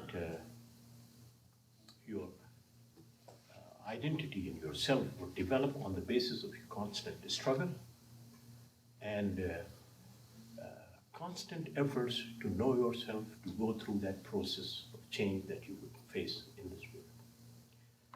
But he also mentioned something that you would not find in much of the early Western philosophy, and that is the element of revelation or the divine guidance. He says that the human intellect is very important. And he credits the human civilization with the idea of using that human intellect to the highest level. And he credits the modern civilization saying that they have crossed all the limits, which he says in the words of the Quran, that they have developed the theology of La, that there is none that can dominate human being. There is nothing that can restrict them. But they have not yet developed the idea of illallah, except the guidance of God. And this is where his definition is. That the divine guidance has to be seen in certain terms that are, in his view, are defined in the Quran. And he talks about 6 processes in his poetry, as far as the divine guidance is concerned. First, he mentions, and I would, begin with the first one, and I would say it in Arabic first, just to make the point that I am authentic. كان الناس أمة واحدة فبعث الله النبيين مبشرين ومنذرين وأنزل معهم الكتاب والحكمة ليحكم بين الناس فيما اختلفوا فيه. Humanity is one, but humanity has been dividing itself on the basis of a number of ideas that their theologians and their gatekeepers have evolved. In fact, he's saying that God has been usurped by the religion. And he talks about the separation between God and religion itself. And he says that humanity is one, and the purpose of the divine guidance was to bring that humanity back to the oneness, so that it can eliminate all the barriers, and that this would happen only when humanity develops a process of dialogue among themselves to understand that element of unity. The second thing he says, وَلَقَدْ كَرَّمْنَا بَنِي آدَمَ, that every human being deserves a dignified existence. Without the dignity, no society can flourish and no change can take place. Even if the weakest among the person is denied the dignity, that humanity would suffer as a whole. So that was the second point that he made. The third, هُوَ الَّذِي خَلَقَ لَكُم مَّا فِي السَّمَاوَاتِ وَالْأَرْضِ جَمِيعًا, that he is the one who has created all these resources that exist in the material form for the humanity as a whole. No one has a monopoly over them. And humanity has to develop that process to reach to that conclusion that the resources are not meant for one nation, for one community, one ethnicity, one culture. They are for all human beings. The fourth one was وَلَا تَقْفُ مَا لَيْسَ لَكَ بِهِ عِلْمٍ إِنَّ السَّمْعَ وَالْبَصَرَ وَالْفُؤَادَ كُلُّ أُولَٰئِكَ كَانَ عَنْهُ مَسْئُولًا. And you would find that in the poetry of Iqbal also, it's in the Persian poetry and the Urdu poetry as well, that use your intellect to explore the word. Do not believe things that you have no knowledge of and no empirical verification. Explore. Without that, you would not be able to understand the divine mercies and the divine dignity and the divine majesty. The fifth one was that إِنَّ اللَّهَ يَأْمُرُ بِالْعَدْلِ وَالْإِحْسَانِ, maintain justice, maintain balance, maintain that kind of relation, harmony between nature and yourself and among yourselves. And the last one, وَاللَّهُ يَدْعُو إِلَىٰ دَارِ السَّلَامِ, the purpose of all these things is to create conditions so that you could live in a state of peace for your ultimate growth and ultimate development. And that is what Iqbal talks about in all his poetry, whether it is in Asrar-e-Bekhudi or Rumuz-e-Bekhudi or in Zarb-e-Kalim or Wal-e-Jibreel and all those things. And that is what he is saying. Unfortunately, what has happened is that his first critique came from those people who call themselves the gatekeepers of Islam, because he was challenging their ideas. He was a Sufi, but in a different sense. He was a rationalist, but in a different sense. He was a philosopher, but in a different sense. And in fact, if you look at it, what he has written, perhaps there is no parallel in the history of Islam that could equate with any other philosopher. Any other philosopher, which has yet to be understood in its true dimension. And the problem is that most of the people have understood it either through Urdu poetry or through Persian poetry, and without the interjection of the Quran. In order to understand both the poetries, the Persian and the Urdu, one has to have the grasp of the Quran, and the Quran, as Iqbal says, has to be understood only when you think it is being revealed upon you. And he is making a very dangerous claim. He's saying that you are a prophet. He's saying that you are a messenger. He's saying that you have been entrusted with that kind of trust by the divine, that you, as a human being, can understand the divine guidance, not the divine, because he acknowledges that the divine is beyond comprehension. Because we understand the divine in only a limited realities that we are all exposed to. None of us would ever be exposed to the ultimate realities that exist in this universe. And that is what the major claim of Iqbal. Thank you very much, and then we will have.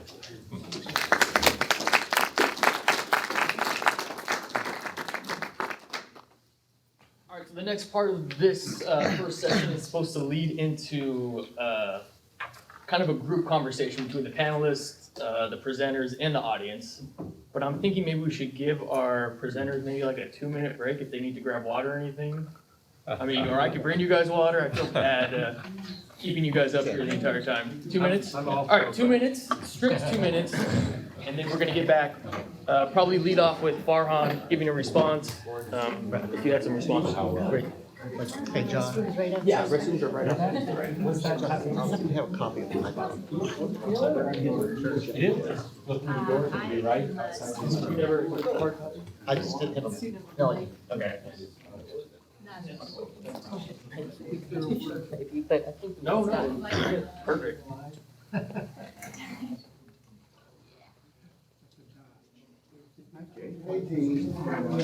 Can be. How you doing, Ed?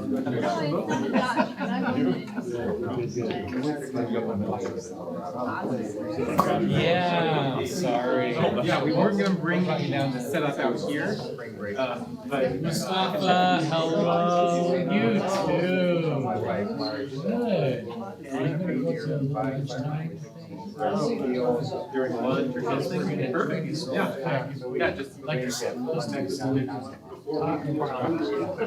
very learned response. You took us through many sources. It's good. The one word I wasn't clear. You talked about a tradition. Yeah, say that again. Okay, so. Yeah. Yeah, I figured I connected. Nice. Everything you said was very important for me. We're religion students, and we're studying Islam right now. Right? And is this perfect?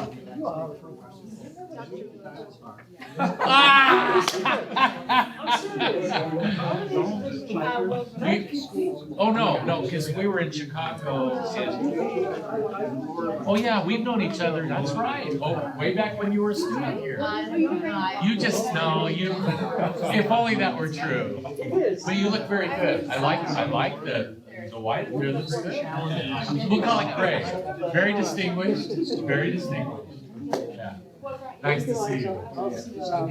Oh, so it was spring break. It was a couple days.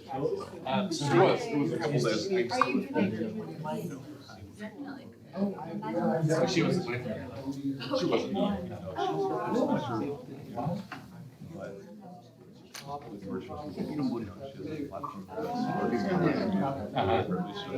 Yeah.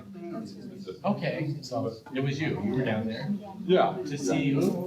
Just a few college friends.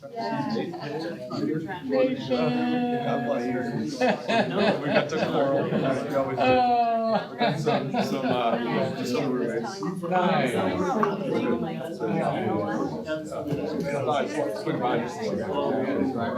Yeah, thanks. And, you know, this semester, it's weird. I only teach on Tuesday and Thursday. And that doesn't necessarily mean that it's the only days I would come in, except that my wife had knee replacement surgery at the beginning of the semester. So I kind of committed to coming in and spend all day Tuesday till 8:30 p.m. Have a night session. So, and then I just don't come in on Monday, Wednesday, Friday. So that means I'm not there that much. I kind of breeze in and teach, and then I'm back out. So it's been a very weird. I wouldn't want to do it this way. It's also nice to have 4 days. So that's why. Get back to you. I'm glad you're here. Absolutely. Did you set up to come to lunch? Yeah. Super. I don't want to be close to you. I want to be close to stop. I want to be close to Liz too. So this is, I mentioned this morning on the way up from grad. This is Liz Jones. This is Maddie LaMonaco. How are you? Christopher Levinsky. You remember, you ever know of Victor and his son? It's Cameron Merchant. Andrew. The whole crew. Andrew. Not David. And well, we have a couple. All right, if everyone could start finding their seats again, that would be great. So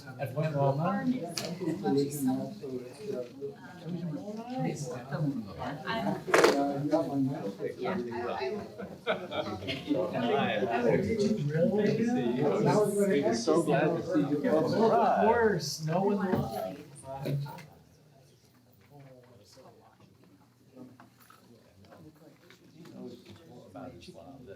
Very helpful. No, presented well. Who's a dear friend? Oh, well, that's. Okay. No one would respond. Yeah, I already. I started in '99, so I did that. Thank you so much. I mean, among the many interesting points. Right, that was beautiful. Yeah, but he's very. It's nice to have that complementary. Yes. I thought we got some variety. I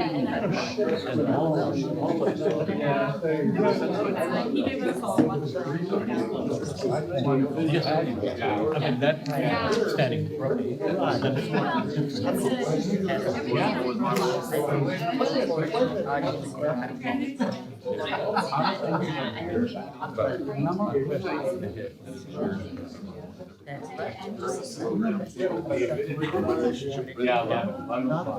right, if we're ready.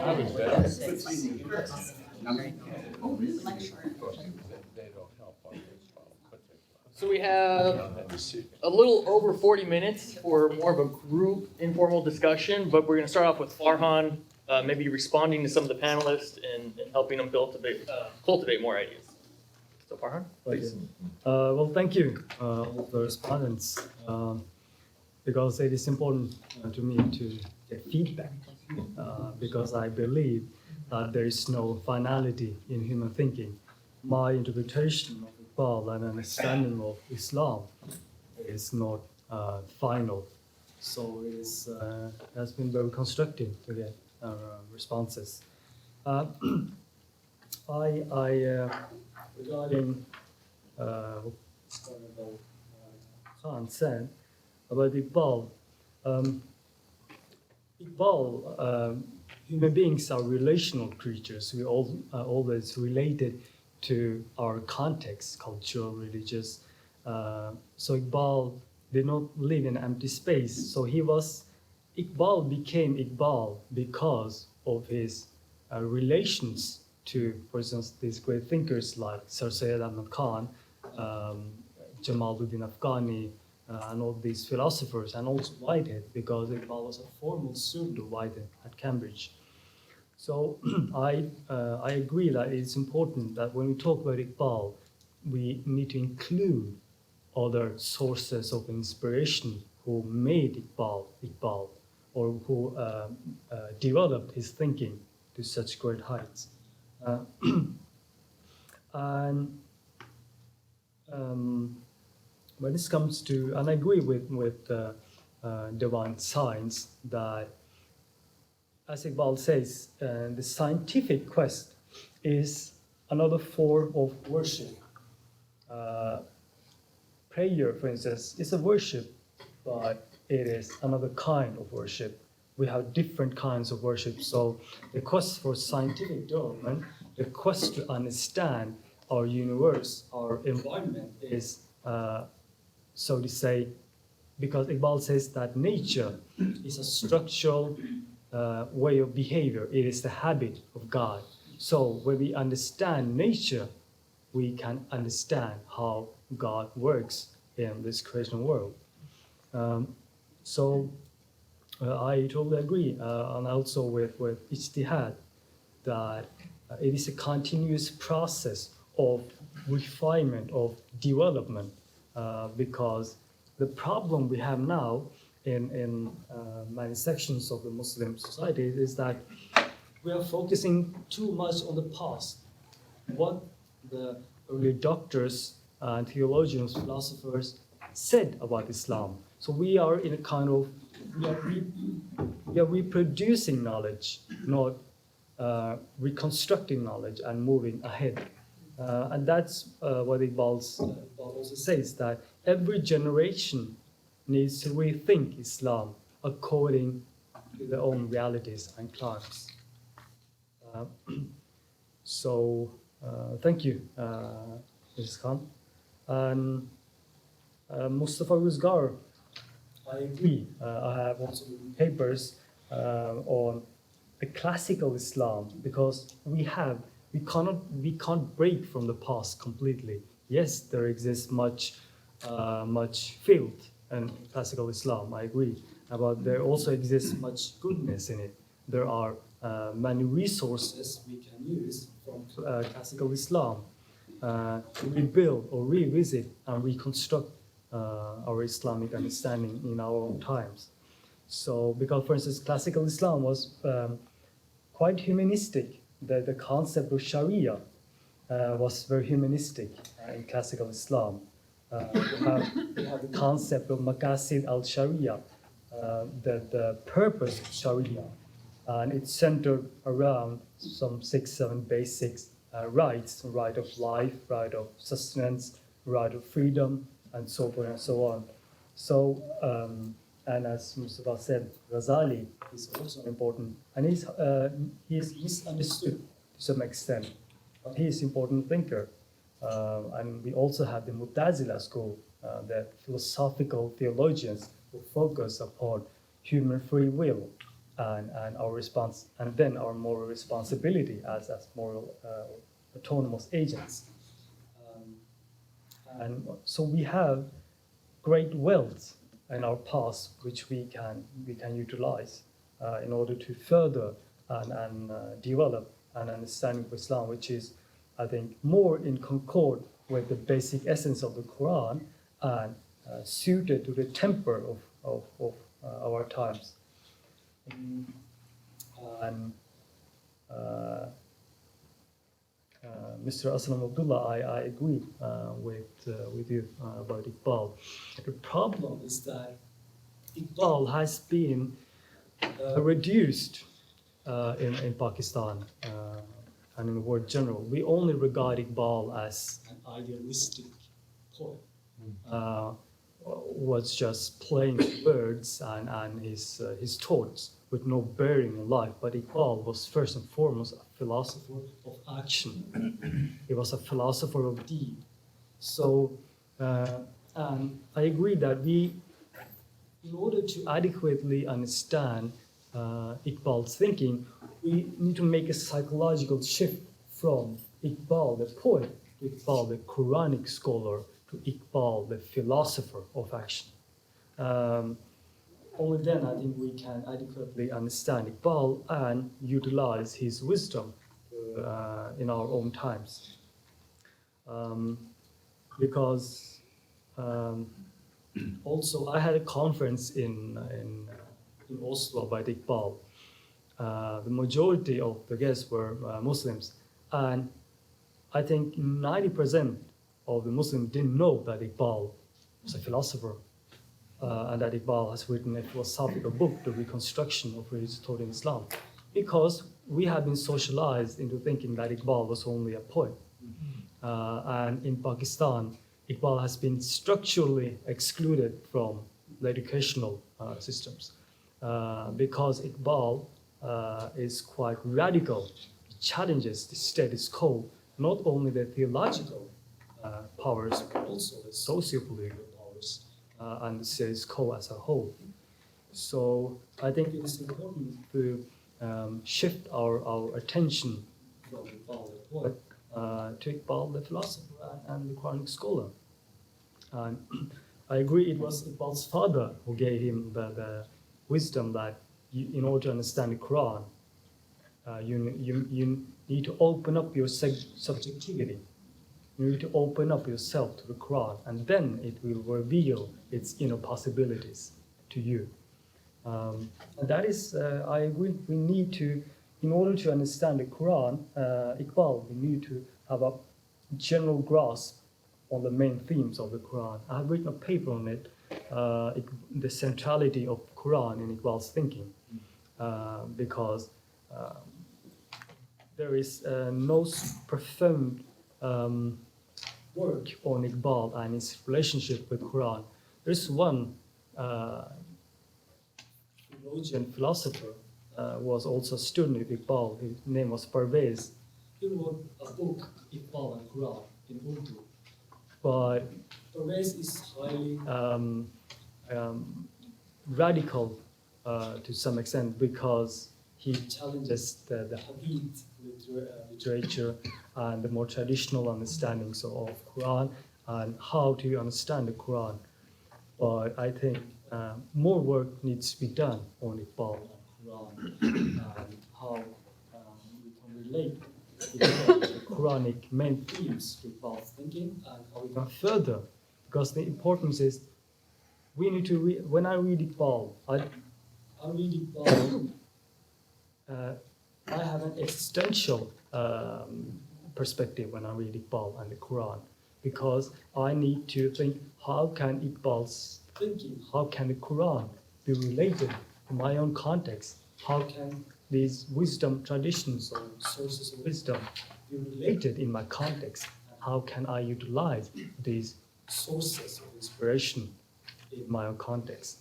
So it is important to read Iqbal not just as an intellectual exercise, but we need to have this existential dimension, which is highly important. And Iqbal has on several occasions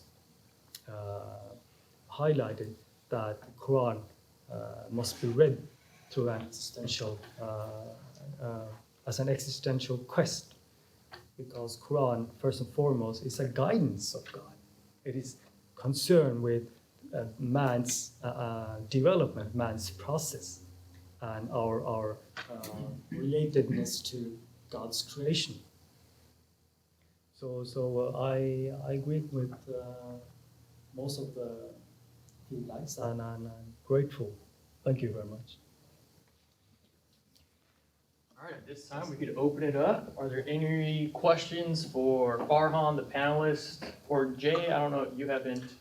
Yeah, I'm on in the afternoon, so I'm going to remain quiet. Okay, this perfect. morning. Please. Rock, paper, scissors, board. I was his teacher, so I'll go first.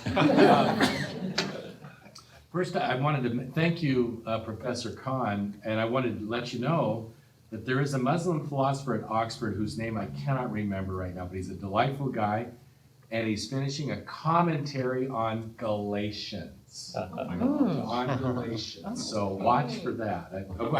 Sorry, I don't know his name. Can't remember his name. I looked him up. But it's, yeah, it should be really interesting. I have a question that could either be to Professor Shah. It felt like it also connected with Dr. Abdullah. But one of the things that struck me in Iqbal's book was his discussion of Muhammad as the seal of the prophets. And I don't know if this, partly I want to know if this was an idea that was more or less unique to him or not that it meant, but I like the idea. He said where it might seem like that's saying, okay, Muhammad was the last prophet and therefore, revelation is shut down and we've gotten all that we're going to get, etc. He saw it more as that's the end of the prophetic stage, but then therefore is a springboard to human creativity and initiative and imagination and reflection, rather than somehow something that puts a stop to that, but actually invites us to become like. And that's where, when you said something like that, and I was wondering, is that an idea that has roots earlier than Iqbal, this idea of, if you get I'm not saying that very well, but I read it in there and it really struck me, and I'm wondering whether we find that other places. I'm not sure if we can find his, because Iqbal is quite unique because he has his own reading of the Quran. And he's quite a synthesizing philosopher. He synthesizes from, it takes from a Western philosophy and he takes from Islamic wisdom, and then he has his own reading and he synthesizes everything. But when it comes to the, I find it very interesting and constructive that the chain prophets has now ended. It means, doesn't mean that humanity is just left for itself. We have general guidance, but now humanity is sufficiently mature intellectually to find solutions to her own problems in the light of what we call objective or permanent values we have that are transhistorical or has a universality. So in other words, but Iqbal also says that we need the prophetic consciousness in regards a direct revelation from God, hasn't it? Indeed, but every human being is capable of developing a prophetic consciousness. Iqbal separates between mystical consciousness or mystical experience and prophetic experience. Mystical experience is quite subjective. It is profound inner experience, but this experience has no bearing on life as a whole. So that's why Iqbal says that the ultimate aim of human life is not to see something, but to be something. So he pays more attention to the prophetic experience because he says the prophetic experience is generating of, in his words, world-shaking psychological forces. So if we reach that level, this experience, it is productive of changing the or it can have a profound temporal impact. It is productive of changing, reforming, transforming human societies for the better. So even though the prophetic experience in a sense of revelation has ended, this possibility is still there. And, but there are different layers and there are different processes. Iqbal says that we must first and foremost strengthen our individuality. Iqbal is perhaps the most powerful and prominent advocate of human individuality, because in popular Sufism, which is still very known and dominant, the aim is to weaken your personal individuality. But Iqbal says no. The strong person is not the one who get absorbed into God. The strong person is the one who absorbs God into his own personality to become godlike. That is to express the creative force of God process, to express or to align ourselves with the aims of God, with the call of God. In other words, to become one of the last words in the lips of Prophet Muhammad was Allahumma rafiqil ala. God is a glorious companion. And I think this sums up the gist of Iqbal's thinking. God is the glorious companion. He's the companion, or in Whiteheadian words, the fellow sufferer who understands, the tender force who invites, who includes. And but I'm not quite sure if this concept of prophetic experience and extension of the prophetic experience is explicitly available in some other works, classical works. But I think perhaps. Can I add? I mean, I agree Yeah, with please. what you're saying. In one of the Urdu couplets, this is how Iqbal defines prophet. And then he, in other couplets, gives the reason for his definition. He says, Ki Muhammad se wafa tune to hum tere hain. Ye jahan cheez hai kya loho qalam tere hain. That if you remain loyal to the prophet, then this entire universe would be open to you. And then Iqbal then gives at least 4 explanations for his loyalty to the prophet. The first, being the only prophet and only messenger who ensured that the divine words that he was receiving is preserved in writing in his lifetime, not leaving it to the future generation to change it or to alter it according to their interests. So that is the first thing that he ensured, that every word that he claimed that he was receiving from God is preserved in writing, so that at least on his authority and his testimony, the words could be attributed to God. So that is because no one in the Quranic perception except Moses has spoken to God or has been in the presence of God. That's one thing. The second thing, he says that the age of direct divine intervention is over. Direct divine, now human beings, through the guidance that God has given, have to find their way, and that is what they would be held accountable for. Otherwise, the accountability does not mean anything, because if everything is predetermined and predestined, and God is always coming to the rescue of human beings, then of course, human beings cannot be held accountable.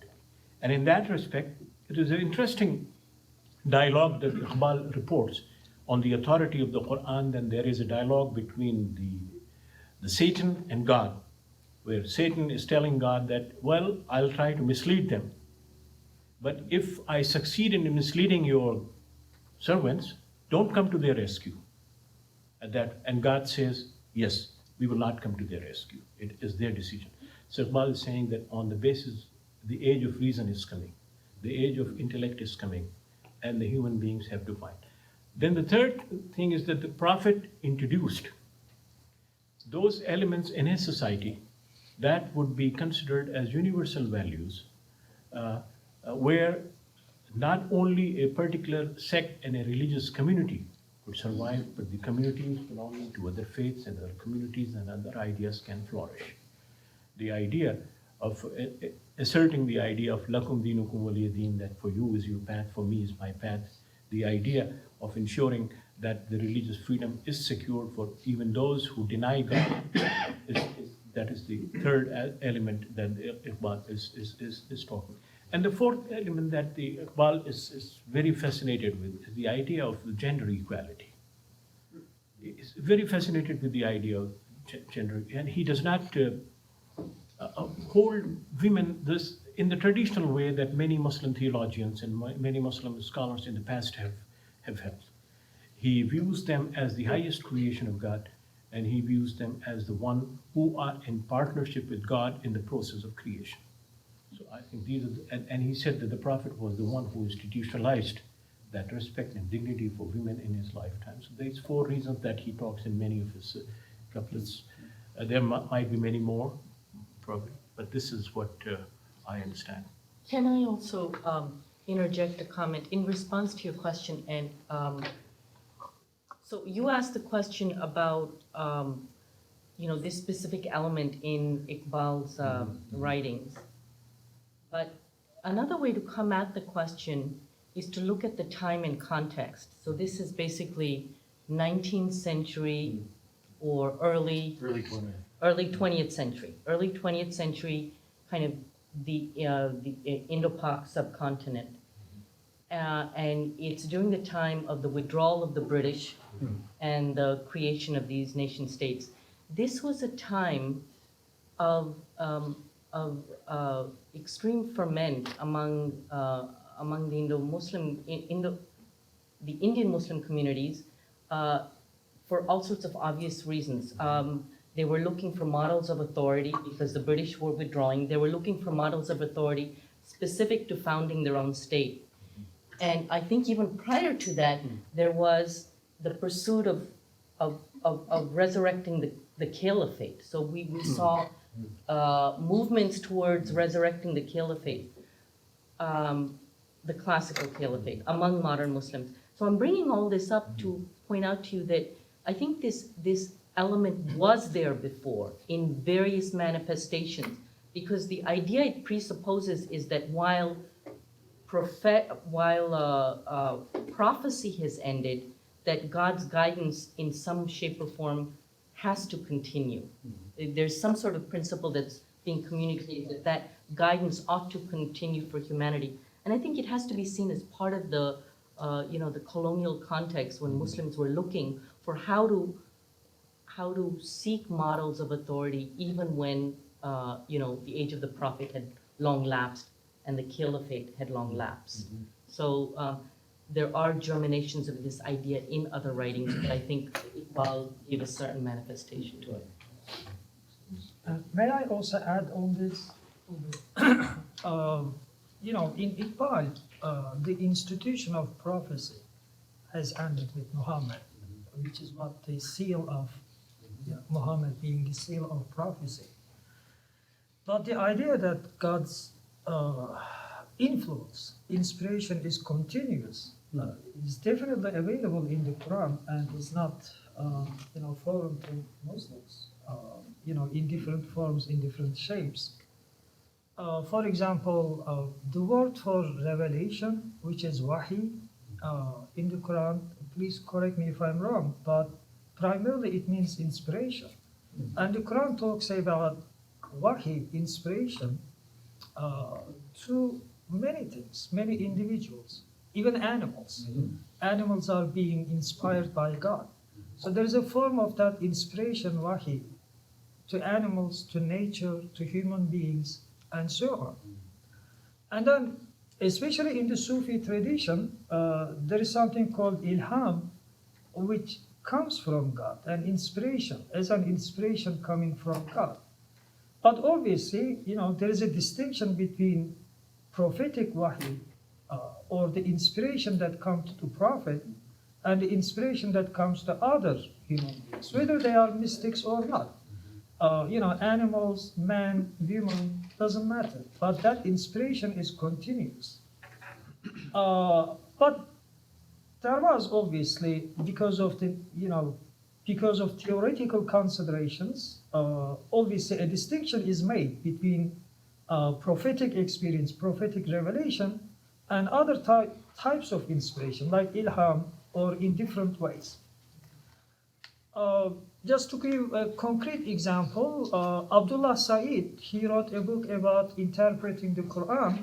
For example, when he talks about the idea of wahi and inspiration, he says that, yes, it is continuous. Based on the reader-response theory, he says that, every time the Quran is read by a Muslim, there is inspiration. In a way, wahi continues on practical level, not theoretically that, people are receiving wahi, but because when you do the act of interpretation, when you read the Quran, there is some sort of inspiration.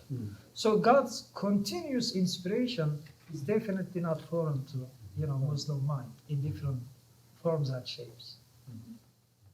Just one quick. That is why Whiteheadian thinking is so important, because, as Mustafa said, the experience is subjectivity of not just human beings, but also animals. When animals are adapting to new situations, there's inspiration, and this experience comes from God. So God is not, supernaturally intervening from outside, externally, but God is internal, as through experience and persuasion as a sudden prompting or a sudden inspiration, motivation of change, of adaptation. So I think the concept of wahi and Whiteheadian concept of God is, we can have, fruitful common ground that develop, a theory of God constantly interacting with his creation and not just standing externally and looking as a dictator. But is luring his creation towards the intensity of value and the expansion of value. All right, so I know we had a question over here, Andrew first, and then. Great, yeah, thank you to all the panelists. It's been a very stimulating discussion. I'm interested in maybe, I wonder where the difficulties lie, or where are some of the challenges perhaps in thinking about Iqbal and Whitehead, particularly in respect to some of the core convictions of Islam and that difficulty of bridging the gap between a more sort of academic interest and a more lay conviction. So we've heard a lot of how these insights can cross over, and there's a lot we can do there. But where, perhaps in processing, are the challenges? Where do the challenges lie?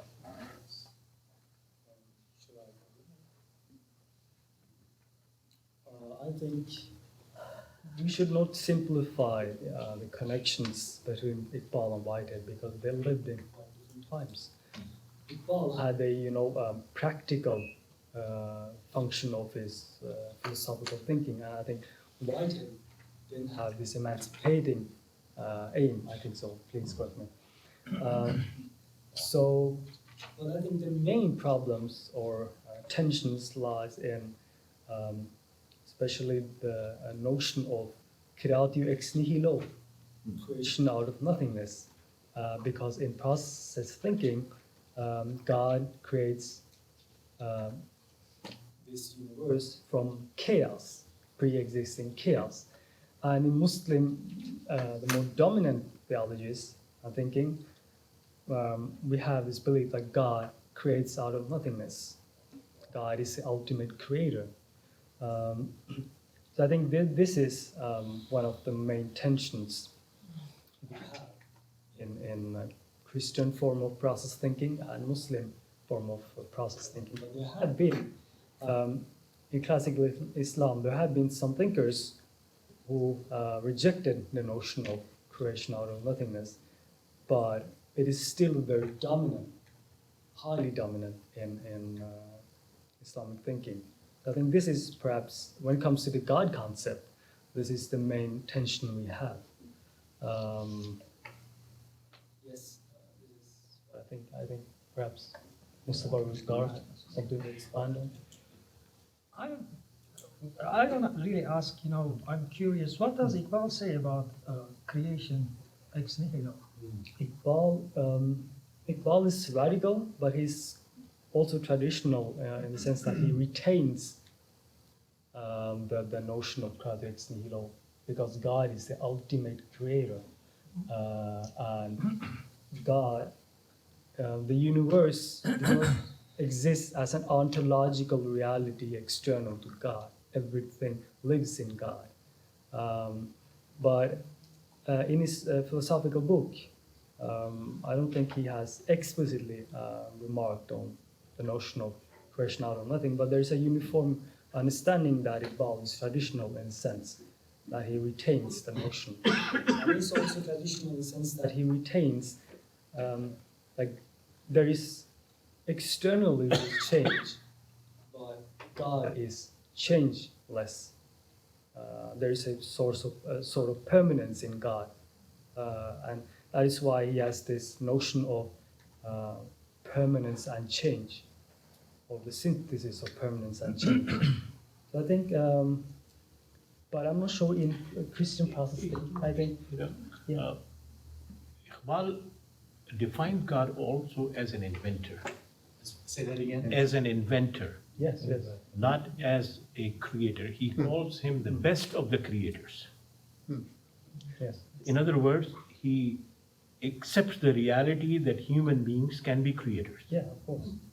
But God is the best of the creator because he is the inventor. And it is in that he is distinct with many of the traditionalists. He also somehow, you notice in his description of the creation, he is somehow playing with the ideas of Muscovia's theory of evolution. You know, he's not taking that traditional creationist viewpoint that, you know, 6,000 years ago, God all of a sudden decided to create human beings and the human beings were into beings. He talks about billions of years, as Ibn Muscovy has been talking, and Iqbal mentions that in his Persian poetry as well as in Bala Jibreel, in both. So I think it has to be seen within that context also, that there could be other creators. God is the best creator, and God is the inventor, and the only inventor in that sense. And then he also takes that the God, before inventing, spent a lot of time in designing his architect. And then he created that process through which that existence came into being. So he's taking a very revolutionary kind of idea, but again, you know, depends on who is reading and how it's being read. May I continue with that a little bit? So the reason I ask if, you know, Iqbal accepts creation ex nihilo is because I'm really not sure if he does. Although in one or two of my writings, you know, I said that he does, but now I'm really not sure. So that was the former you. No, because he doesn't endorse this clearly, but there are statements that could be interpreted this way. But at the same time, it is difficult to say that, for example, you know, the universe is external to God and stop there. I don't think Iqbal does say that. There is an element of externality, transcendence, but also there is immanence. He tries to keep that tension.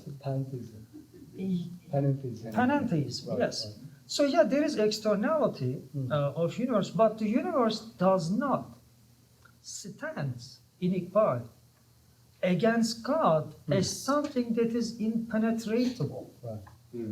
Okay? So it is as if there is, the division is not that there is God and there is universe and they are not related, and that God somehow or sometimes, you know, influences that universe. They are not two separate entities, but they are in this organic unity. So yes, the universe, there is this external aspect, but there is internal aspect in God. So from that vision, really right now I'm not sure if he accepts creation ex nihilo or not. But certainly, you know, I really again want to bring it to the Wahdat Wujud tradition, unity of existence tradition. For example, Ibn Arabi outright rejects the idea of creation ex nihilo. Because it again, this sort of a, you know, theory assumes a God and a universe that are external to each other. And in Ibn Arabi, it is relational. There is transcendence and there is immanence at the same time. It is not that God is transcendent and then becomes immanent and then becomes transcendent, but at any moment God is both transcendent and immanent. At any moment. So Ibn Arabi doesn't accept the idea of creation ex nihilo. Or many Sufis and his students, like important Sufis, Sadreddin Konawi and other people, you know, influenced by the Wahdat Wujud tradition, they will not accept this. There are problems with the creation of ex nihilo idea from the Wahdat Wujud perspective, because obviously, you know, it assumes a God who is inactive and so on. As I suggested in my earlier remark, in the Wahdat Wujud, you know, the distinction between God's essence, uluhiyya, and the creation, it's a logical distinction. But in any actuality, there is this, you know, relation between God. God's creativity is constant. That's why Iqbal used the term organic relation. Humanity is organically related to God, and the universe is organically related. So then we have the concept of panentheism. Yes. God is both transcendent and also immanent in the universal personal world. But I think I haven't touched upon the concept of creation ex nihilo that much, but I think it is a potential, I think, project to research on what Iqbal really means, because he is quite elusive and he is not explicit. But I think that he's because as Professor Khan said, we need to contextualize. Iqbal also says that God does not know future events. God knows what possibilities human beings have, but God does not know what possibilities human beings will actualize. So we need to, it might sound extremely radical, but Iqbal was living in a highly disturbing time. We had the British imperialism, we had the Hindus, and then we had the extremely conservative clerics. So Iqbal, in his context, wanted to emancipate the masses from so to say, the mentality of that we are passive entities, right? So that's why his concept of God is influenced by his experiences, his subjective experiences, especially when it comes to God's omnipotence, that God has restricted his power. Therefore, human beings have some sort of power, some sort of self-determination, some sort of subjectivity, and the concept of omniscience, that human being, God does not know the future, because you yourself have to create the future by using your freedom and actualizing the various possibilities offered by God. So God only offers possibilities, or what we call initial aims, but it is up to human agents to either actualize the aims or actualize different aims. Yes. Yeah. She had her hand up. Oh, way back. Is your comment Let's still put a relevant? hand over here. Yeah, there's. Maybe continue just a little bit more. Yeah, absolutely. Because thinking about creation ex nihilo from nothingness. But on the other hand, if we understand, like if rejecting creation ex nihilo means, a view where God created from something and that something was external to God, then it becomes very problematic as well. And if you think that, like, however we define this chaos, and I don't know like how Whitehead's vision is on that, but if we imagine, something that is external to God, and then God decides to work on that, to that external thing, I think that would be also problematic from Muslim view. So there is that tension, in terms of creation ex nihilo.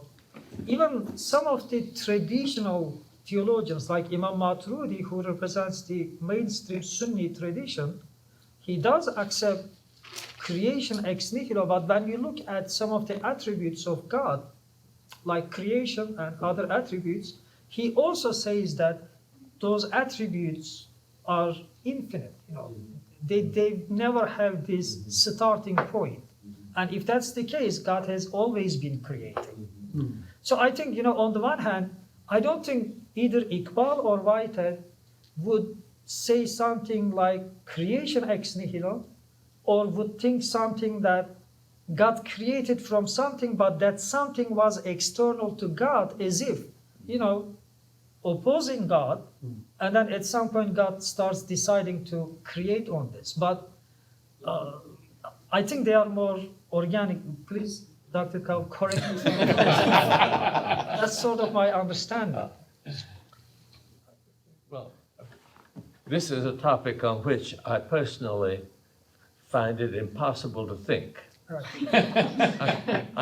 I dislike Kant in general, but I agree with him about the antinomies. It is impossible for me to think infinity, it is impossible for me to think of beginning. So I can't, I don't know what third alternative there might be. And so I think that you would say Whitehead would be on the infinity side, and that there have always been God and creatures of some kind. But of course, there may have been a time when the creatures existed at a very, very low level of order. And there may have been, I have no idea. But in infinity, everything is possible and nothing is. All right, we have 3 more questions we want to get to before we end the session. So let's change gears. Thank you. This is played off with Professor Cobb's presentation, and as I was hearing the panelists, in your presentation, you mentioned the similarities in the questions and the problems in Islam and in Christianity. And it came to mind a certain theological tradition in Christianity, to be more specific, in Roman Catholicism, which was, in a way, pushed aside due to the challenges of the Enlightenment and the responses needed for the Enlightenment. And that was the Franciscan mystical theology tradition, which has a great connection with Islam. Francis of Assisi had a meeting with the Sultan, which has been being addressed again by scholars as a means of continuing the dialogue that these two men did back then. And of course, Francis, with his connection with the kingship of creation. He himself was a poet, and maybe there's a similarity with Iqbal there, but he used the language of poetry to express the relationship that human beings are to have with creation, and creation as a whole with the Creator. But the theologian of that tradition, and there are 3, there's Bonaventure, Raymond Lull, the Spanish theologian who worked a great deal with the Islamic tradition, and Duns Scotus. And they were, in their own way, challenging constantly the Aristotelian concept of God being solely being. Right? So Bonaventure in his writings, using the biblical imagery of the Hebrew Scriptures, talks about the inner journey into the temple and encountering the ark, and above the ark are the 2 wings of the cherubs, one being that of the Greek philosophers, language of being, and the other one is looking at God from the perspective of God's primary essence is goodness itself. And the nature of goodness itself is to be self-diffusing. So, and he connects us with Paul's writings, that God's notion is to self-empty himself. And that does bring us this notion that the concept of God is not a fixed being, but a dynamic force, right? And he's very Trinitarian, being a Christian thinker, that the nature of God is relationship. It's not a fixed being, which opens the door to creation, opens the door to finding the Imago Dei, or we encounter God by going into that inner journey.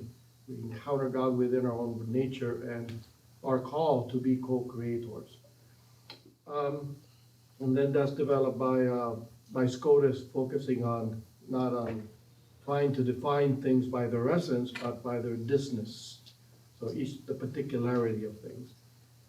So I'm wondering if that tradition, which is coming back again. Francis has been a good instrument of that, but also has Cardinal Ratzinger, who was primarily trained as a theologian in Bonaventure, the importance of self-reflection and recognizing the divine within. So that tradition may be of help here in trying to deal with this particular project. It has historical connections with the Islam and the Christian communities with the Franciscans, and also this wrestling with how does a God who is primarily relational in character, not a fixed thing, but relational, diffuse his very nature into creation. Maybe you have thought of that already. I don't know.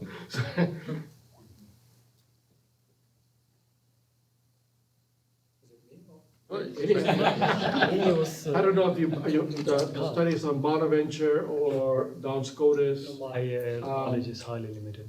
I'm sorry? My knowledge is highly limited on this point. I think he's just drawing the attention to the parallels, like this tension that they try to deal with. Yeah, I see some affinities there that might be explored later. Okay, so we have two more questions. We'll start with you, and then Ignacio, you will have the last word. Last word question. I like that. Yeah. So please. I was wondering if there's any stories, allegories in the Quran or the Bible that illustrates how God can create the universe out of nothing or infinity. Because stories I find, I'm a very secular audience, like I study, Buddhism, I also study psychology, and I find that it's really easy for me to understand things when I read them in stories, allegory forms. Maybe I'm just, a bit too non-academic. That's good. But, when he was saying it's hard to understand infinity, I'm just like, oh, I can't wrap my mind around it. I don't think that creation out of nothing can be found in the Bible, so I wouldn't look there for such stories. Yeah. It's a later doctrine. Can it be found in the Quran, or are there passages in the Quran from which it can be extrapolated? We have this concept of kun faya kun, be and is. That God is, and that's why Iqbal says that God is the ultimate creator, not just the creator, but the ultimate creator. So God, I think it's highly complex and intricate issue, and we have to move beyond the realm of human reason. But I'm not sure if there are any picturistic or allegorical, concrete explanations of this creation out of nothing. But we have some signs which can point towards that God really creates out of nothing. But how? Because we have this realm of Amr and the realm of Khalq. The realm of Amr only belongs to God. In this realm, God creates according to his own plans. And when his plans actualizes, then he moves to the realm of Khalq, the realm of creation, the concrete realm. So I can't penetrate the dimension of Amr. So but we have some signs in the Quran, yes, we have. I think in chapter 22nd of the Quran, which is called chapter on Ibrahim, and does talk about a word or a situation where there was space, there was nothing, and then the forces collided, and as a result of that collision, things began taking shape, and that is the time when the Amr started, that how those things should be shaped and how those things should be formed. And then gradually, then the Quran talks about the coming of life. And Quran says, وَالَّذِي خَلَقَ كُلُّ شَيْءٍ مِنَ الْمَاءِ, that everything that has been created is created from water. So that the story of Adam and Eve is an allegorical story. It is not that God really created a one human being, but it is a process through which that water generated life, and then the life then took various forms and various shapes and different phases in different places. That's what the Quran talks, and this is all explained in chapter 22nd of the Quran, which is Surah Ibrahim. Just a quick comment, we can pick it up later on. I think Whitehead is absolutely right in calling God the poet of the universe. And I think that when Roland Faber translated that into German, he stuck with poet instead of using the more common word dichter, because poet is very rich. I was thinking specifically about a statements about people thinking about Iqbal as a poet rather than a philosopher. There's no such division. You know, I mean, read Wordsworth, you know, or Ernesto Cardenal, yeah, and I'm sure, you know, you who know so much about the Muslim literature and all of that those divisions are artificial, but also the connection of poesis and the Greek meaning of the word it's create or to make. It's the word that is used in Genesis in the Septuagint for the creationist poet. You know, God is working poesis, right? So again, we can pick that up later on, but I just want to make sure that we remember that those of us who are a little related to Whiteheadian thinking, remember that Whitehead did see that he was not just talking about a creator, he was talking about a poet. All right. We'll end on that note. Let's thank all our panelists for this first session. One thing, if you have had some thoughts or some questions that have not surfaced in the next section, please, we'll make sure they do. So if you're sitting there thinking, I really wanted to ask this, or I really wanted to hear about that, or I just really wanted to say this, that'll be possible next session. So come back. So we have, less than an hour and a half now, but we're gonna come back at 1:30. So right now we have a lunch break. So I guess there's under 35 people here. So we actually have lunch available across the way. It's $12.50 a person, except for the participants and their spouses, of course. So if you guys want to join the panelists to go eat downstairs, that would be great.